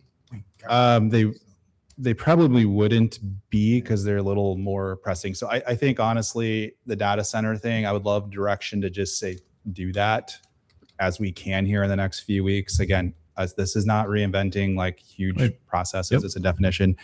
And I do have to deal with ADUs anyways, now that the state has changed some rules on me. So that's something I would prefer to get adopted here in the next 90 days. You don't even need Don't you have some flexibility though in terms of determining as a plan director saying, this is an easy change for the data center. I can do that. I got. I'm telling you that now. Yeah. I don't just show up and say, on a whim, I think this would be a better thing to do. So I reserve that to when we're talking big picture and say, Okay. here's some new All right. things. But those two are the ones I would say are worth saying, throw in the mix to do whenever you can. I would I don't. move, Go ahead. I would move that we direct staff to clarify data center use and clarify ADU standards as they have time. Second. All right. Could we add on to that they could do any of the other things if they felt? Kelly will ask us for that if he wants. I think knowing the UDC is still a priority. I don't need to deal with like arterial street waivers. I don't need to do that if we're going to be dealing with wholesale changes. My sense is this council trusts you to decide and help on these minor things. We don't want to micromanage. And if you think that some of these things need to, yeah, which we do anyway, but anyway, we'll kind of have a disclaimer here. But anyway, just try to let you slide things in that you think are important too. But that motion been made and seconded on the data center and the 20% or the ADU changes that you're required to do by Iowa code, right? Yep. All right, those pay the motion say aye. Aye. Any opposed? Are we also putting on hold the Chapter 31 text amendments for double pane windows and infill of openings? So that's the question is, Where is that? so that was a discrete text amendment for two things. Right. Double pane windows and to provide clear guidance on infill of openings. Does that stand on its own, or is it really related to a broader meeting? That's really the question. And I think it stands on its own. I thought we had decided it stood on its own. All right, Was there sir. two Well, votes last sort No, of. that's fine. Yeah, I I just, thought we I just said- need to know if you want to Yeah. add that in, because then I have to program that in I- for that, with or without a neighborhood meeting, I guess. I'm not sure what the emerging issue of heat pump mini Oh, splits is, yeah, yeah. because we haven't heard about that. So this is another one Yeah. where I don't really want to vote for it if I don't know what it is. So we've dealt with 4 properties in the last 60 days that have put mini splits in with exterior supply lines, which are alterations to historic structures. So there's no guidance on what to do. So we're taking those to the HPC right now, kind of trying to work through what that means. It's going to keep coming. So we would like to get a handle on that. We don't think it'd be very helpful to know exactly what to tell someone is acceptable or not. and Can you how to- explain what those who may not know, what is a mini split and what's the Yeah. So what's happening is they're putting a piece of equipment on the ground that looks like an air conditioner, but then the supply lines of that heat pump, that air source heat pump, are then using supply lines from that and then externally transmitting the conditioning up to another unit on another floor. So instead of it being internal on a new home, the old homes don't necessarily have vents, so then it's cheaper and easier to run it exterior versus interior. So it's like two lines, one like an outside air conditioning unit, only got it on the outside of the wall exposed, Yep. and going up to one floor or two floors or whatever. So it counts as an alteration. That's clear. What's acceptable and what's unacceptable is unclear. So that all is getting kicked to the HPC this spring to try to navigate what's okay. What about how do they deal with what do you call it? Radon mitigation apparatus. We need to deal with that at the same time. Same thing. Okay, they don't. I was because They're that's not- also exterior. Yep. So I have not talked to HPC yet about their feelings on the matter. They had another case last night. I was waiting to see what we were doing with all of the other stuff. But if we're going to deal with two of them, then I would want to deal with that. And I'm sure HPC would as well. I don't have a proposal on what the standards are. I just know we should deal with it. But you can bring that to us. Yeah, I can bring that. If you're going to say add in the double pane window and the infill text amendments as something on the work plan, then I will attach that to that process and put that into the work plan. Is there a motion regarding that? So moved. So that would be to double pane windows, infill openings, and also Tubes on the outside. the mini splits and radon. Is that right? Yeah, supply lines and conduit on the outside. Seconds. Yeah. Okay. All right. Those made a motion, say aye. Aye. Any opposed? All right. Kelly, one follow-up question. So in our materials that we received today or for the council meeting, there is a project that Hunsaker's has for 35 acres. Is that something that's already sort of in your plan? Does that? I haven't even looked at that. So the county has approved this. Yeah. So is that something that needs to be incorporated into our discussion tonight in terms of your workload? I've spent no energy reviewing that, so I couldn't comment on that tonight. So if that gets referred, I'll give you my opinion about that. Okay, that's fair. All right. Thanks, Kelly. You're welcome.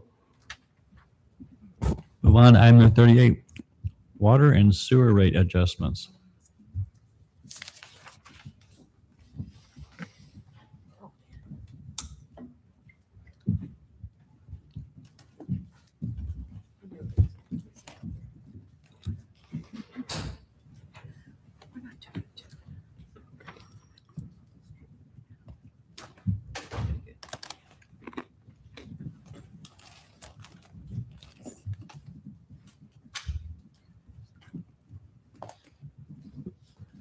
Good evening, Mayor and Council. John Dunn, Water and Pollution Control, and we're going to take a look at the process for adjusting water and sewer rates for the coming fiscal year. In your council packets, I gave you a full slide deck in the same format that I've used for a number of years, so you've got it all.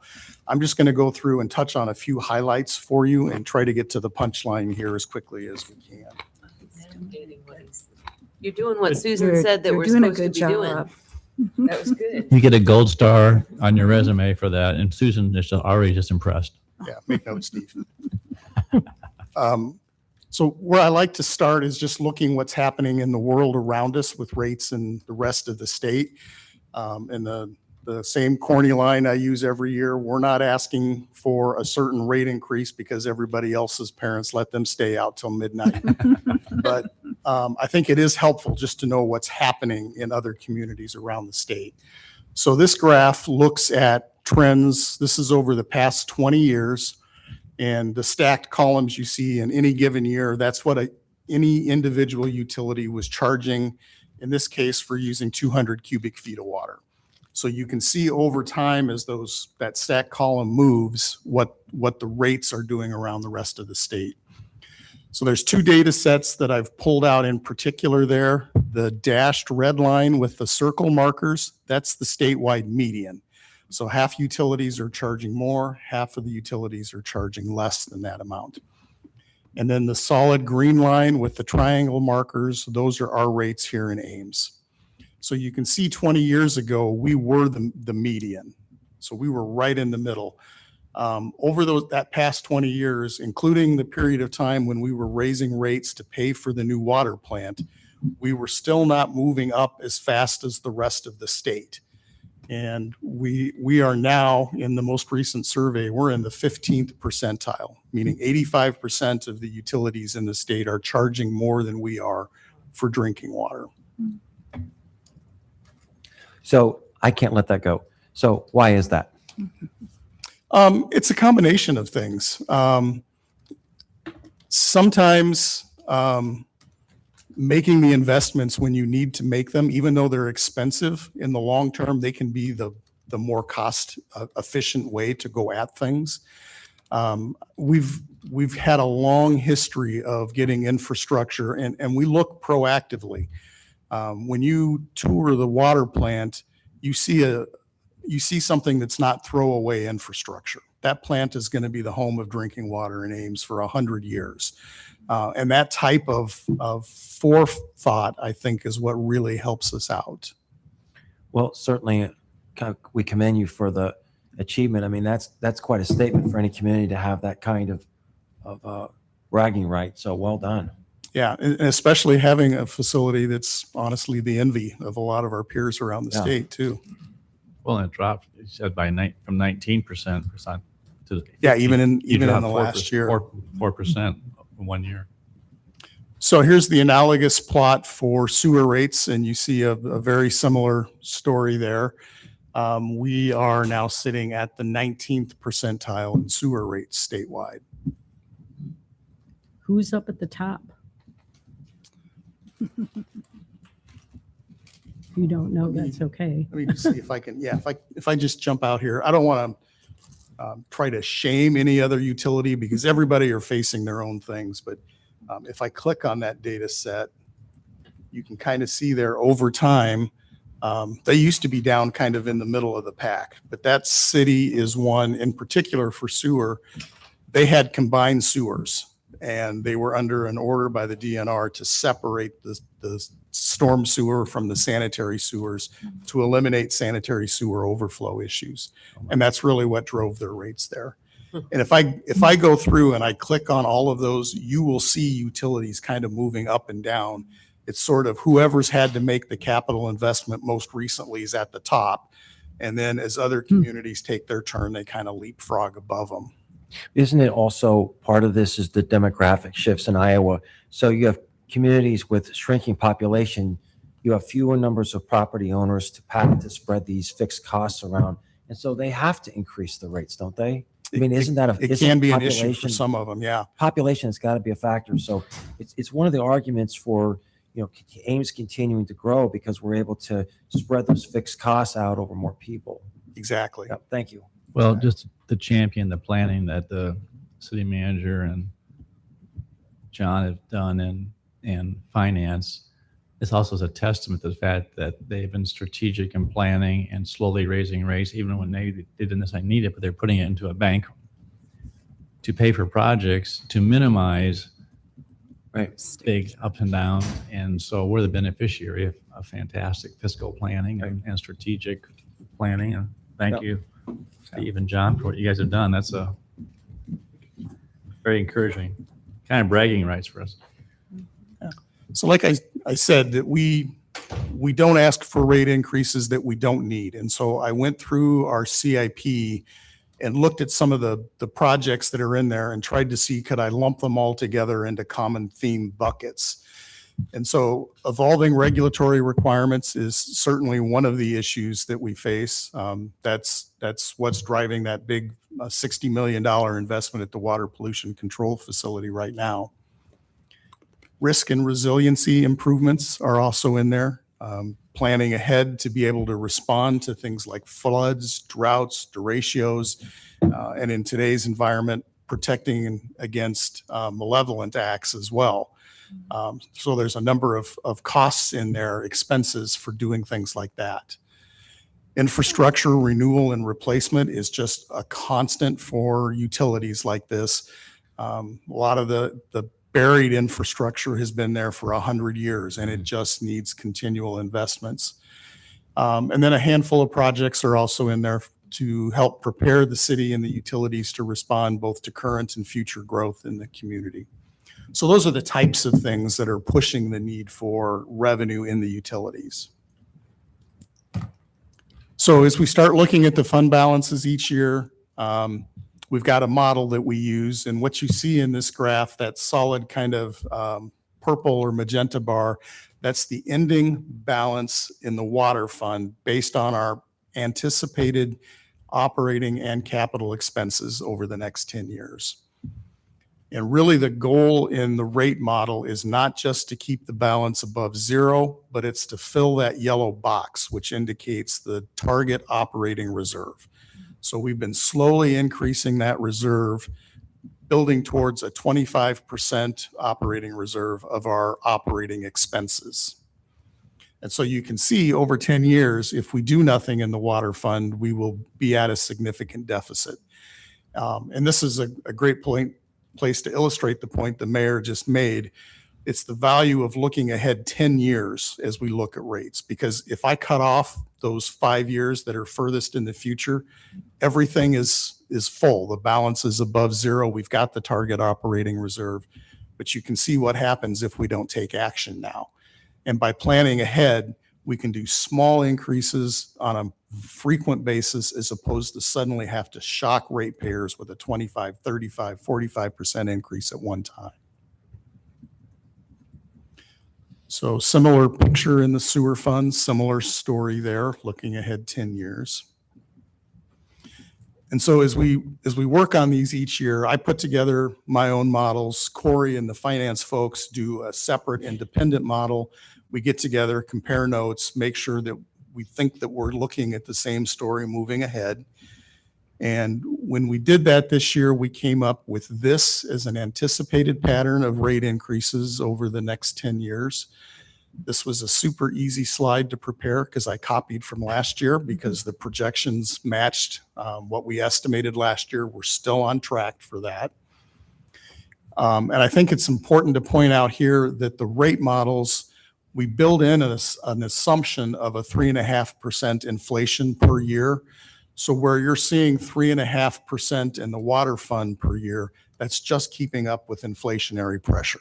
That's all those rate increases are doing. If inflation magically becomes zero for 10 years, then the rate increases needed in the water fund would likely become zero over 10 years. Sewer fund, we're a little above that inflationary rate, and that has to do with the expenses for the nutrient reduction project. And I'll make another comment about that in just a second. But here now is the water fund looking ahead 10 years at 3.5% per year. And you see all the way out for 10 years, we are meeting those targets. Sewer fund, here is exactly what the mayor said. We had a balance at the start of that project. We're slowly pulling that balance down. At the same time, we're bringing rates up. And right around year 8 or 9 there, we're going to get those back in balance. You can actually, if you look really close, you might see in those 2 years, we don't quite fill the target operating reserve, but year 10, we're right back up there. And that's really part of the purpose of an operating reserve, is to help balance those year-to-year fluctuations. Can we stay on that for a second, John? Absolutely. So I just want to test your premise a bit on the model. So this is making certain presumptions about residential growth, I assume, right? There is a small modest, I think like a 0.5% per year assumption built into it. But if there was a major water user that came into the community, and think of like a Daisy in Boone. I don't know off the top of my head, but it's just they use a substantial amount of water per day. I would presume so, yeah. So if there was the introduction of that, how would that impact the model? Is it such that that development would be required to pay for the increase in infrastructure costs, or would those costs be socialized and spread out over the community? That would be a policy decision we'd bring to you when in that specific case, we would tell you this is what the dollar amount is needed to create the infrastructure to serve that customer. My recommendation would be that they pay for that. But it's a policy issue that all of you can decide on a case-by-case Yeah. basis. So, and then what are you presuming for population growth for this? We're assuming about, so the model doesn't assume population, we just assume demand. And I'm assuming about a 0.5% increase for demand. Assuming that new development as it's coming in tends to be more water efficient fixtures that are going in, might be 0.6 to 0.8% per year population growth. Okay, that's helpful. Thank you. So one other look that we like to give you is not percentages, but the dollars, because that's really what a customer cares more about, is how much will it cost. And so this is a typical residential customer using 600 kilowatt hours of energy and 600 cubic feet per month of water. And we're showing the cumulative effect of the 3.5% water, 5.5% sewer, and also a planned 1.5% electric that would come in the November timeframe. And you can see if you look at all of those, the net impact on a customer's bill is about 3.8%. So given that we've been in an environment where inflation is kind of running in that 3.5% to 4%, I think we're kind of locked in with pretty much inflationary pressure is what we're looking at right now.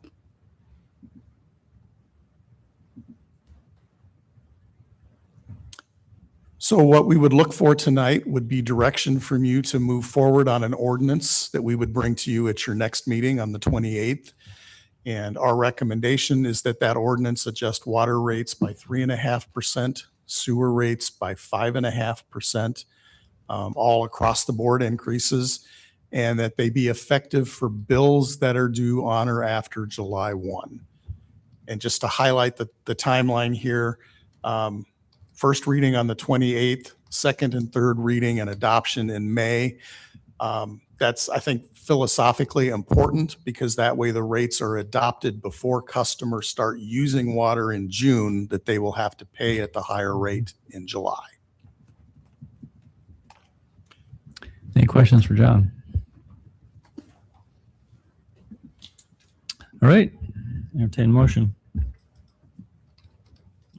I'd move we direct staff to prepare an ordinance enacting a 3.5% increase in water rates and a 5.5% increase in sewer rates effective July 1st, 2026. Second. Moved and seconded. Those in favor of the motion, please say aye. Aye. Any opposed? Carried. John, take back to your team just our appreciation. I mean, we don't say thank you enough. This is really an amazing, the future of our community's infrastructure and utility rates are in good hands. So we don't say thank you enough. Please extend our gratitude to your team. I absolutely will, and thank you very much on their behalf. Yep. Yeah. Thank you, John. All right, move on to item 39. Entertain motion on second reading of ordinance rezoning a master plan amendment for 4605 and 4510 Hyde and adjacent properties to the north, Auburn Trail Development. Move on second. Second. Roll call. Rollins, Aye. Petey Hansen, Aye. Barton, Aye. Fetcher, Aye. Junk, aye, Corriere. Aye. Entertain motion on second reading of zoning text amendment, creating a new zoning district overlay, West University Pedestrian Enhancement District, related to density, parking, and design requirements to be applied between Sheldon and Highland and Lincoln Way and Oakland. Move on second. Second. Roll call. Petey Hansen, Aye. Garton, Aye. Fetcher, Aye. Junk, aye, Corriere. Aye. Rollins. Aye. And item 41, entertain motion on third reading and adoption of ordinance number 4590, rezoning property located at 1323 Northwestern Avenue from residential low density to government airport district with a master plan. Entertain motion resolution adopting the master plan and rezoning agreement at 1323 Northwestern Avenue. One third. Second. Roll call. Garton, Aye. Fetcher, Aye. Junk, aye, Corriere. Aye. Rollins. Aye. Petey Hansen. Aye. And a motion on the third reading of rezoning the property located at 1323 Northwestern from RL to SGA with a master plan. Move on third. Second. Roll call. Fetcher, Aye. Junk, aye, Corriere. Aye. Rollins. Aye. Petey Hansen. Aye. Garton. Aye. All Entertain motion on third reading and adoption of ordinance number 4591, revising municipal code chapters 10, 17, 21, 22, 27 relating to licenses and permits issued by the office of the city clerk, adopting amended appendix D. Move on third. Second. Roll call. Junk, Aye. Corriere, Aye. Rollins, Aye. Edie Hanson, Aye. Garten, Aye. Betcher. Aye. And entertain motion on third reading and adoption of ordinance number 4592 to amend the municipal code of the city of Ames, Iowa by enacting a new section 24.21 thereof for the purpose of creating tax increment financing district within the downtown reinvestment district urban renewal area. Move on third. Second. Roll call. Corriere, Aye. Rollins, Aye. Edie Hanson, Aye. Garten, Aye. Betcher, Aye. Junk. Aye. Thank you. All right, we'll move on to disposition of communications to council. There are 9 items. The first is from Quick Trip, Quick Star Business, Feeling Point request letter referred to. Tim mentioned this earlier up in the, no, you didn't. I'm sorry. This is a different one. This is Friedrich's property up there on the corner of Cameron School Road and George Washington Carver. I'd move we get a memo from staff. Second. Those in favor of the motion, please say aye. Aye. Any opposed? Nay. Motion carried. Second was proposal to prohibit parking in cul-de-sac turnarounds, an email from Aaron Rodriguez. Is there any interest in a memo or not? I would move we get a memo. Is there a second? I'll second. Any discussion? What department would do this? Is this a planning referral? Wouldn't this be? No, this would probably be Public Works. Those in Well, favor- you might have, well, it's mostly Public Works. those in favor of the motion say aye. Aye. Any opposed? Nay. Motion carried. Next is an email from the Ames ACAT Energy Working Group, I think supporting the airport property solar array. Yeah, I don't think you need any action on this. They're giving your opinion. We're gonna have to report back whether we can believe we can move ahead with the project or not. Hopefully next week we'll be in a better status. We'll give you a better status on what we think about the project. So that's already coming to us? Well, yes, might not be in support of us solar, but we got to report on it, I think. That's going to be at the workshop Workshop next Tuesday. next Tuesday night. Hopefully we'll have an answer for you. Next email from Kirk Youngberg regarding a parking spot at 218 Main Street. Move we refer to staff for a memo. Second. Okay, those in favor say aye. Aye. Any opposed? Carried. Next is email from Mark just to take under advisement. Next is the email regarding Ontario and Shoal Road development. Already talked about this, how that'll be handled during rezoning, right? Yep. Yeah, she's No action at this time. Take under advisement. Next is the from Chuck Wickelblack, Hunziker, regarding the farm around northwest of Ames. Right, want a memo on this? Move for memo. Second. Those in favor say aye. Aye. Opposed? Carried. And then we have Luke Jensen regarding the topic of discussion from the Burnett site referral. Move for a memo. Second. All right, those in favor say aye. Aye. Any opposed? And then last is a request to amend development agreement incentive for Ansley. This is a memo from Kelly. Move we place on a future agenda. Second. Okay, those in favor say aye. Aye. Opposed? Carried. All right, reports of governing bodies from agencies, boards, and commissions. Discover Ames Airport, We meet Thursday. Ames Regional Economic Alliance.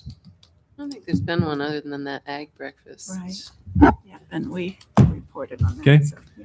Story County Emergency Management Agency meets tomorrow night for the quarterly meeting. Anything from transit? We meet on Thursday. Very good. Council comments. Gloria. No comments tonight. All right. Rach? Nothing tonight. Amber? Nothing for me. Nothing tonight. Just a couple things from public forum that I wanted to touch on. One was the individual who was experiencing homelessness and hadn't been satisfied with the bridge home. If anyone is watching at home or is knows someone who is in that situation, we do have HOST, which is the homelessness outreach services team that goes around, and they can be found at the Romero House on Thursdays. They can be found at the public library too throughout the week. And they can help folks get connected with services that are out there. So whether or not it's the Bridge Home, I think that team is doing a really great job helping to coordinate services and get service providers talking and really making an impact in the community. So I'm really so proud of what HOST is doing, but just wanted to let everyone know that they are out there. They're trying to help. So if folks know people who are in that situation, to try to connect them with HOST for more information. That's all for me. Thank you. Tim? Good meeting tonight. We moved a lot of projects forward that say that Ames is open for business and we're going to build some housing. So it was a good night for that. I wanted to congratulate the army of people who were responsible for the Luke Combs concert. We brought 60,000 people into our community for a concert, and just an amazing event. And congratulations to them. And it's great for our hotels, our restaurants, the whole community. And for many people, this is their first opportunity to see Ames. So great event. All right. Entertain motion to adjourn. Move to adjourn. Second. Mayor say aye. Aye. We're adjourned. Thank you.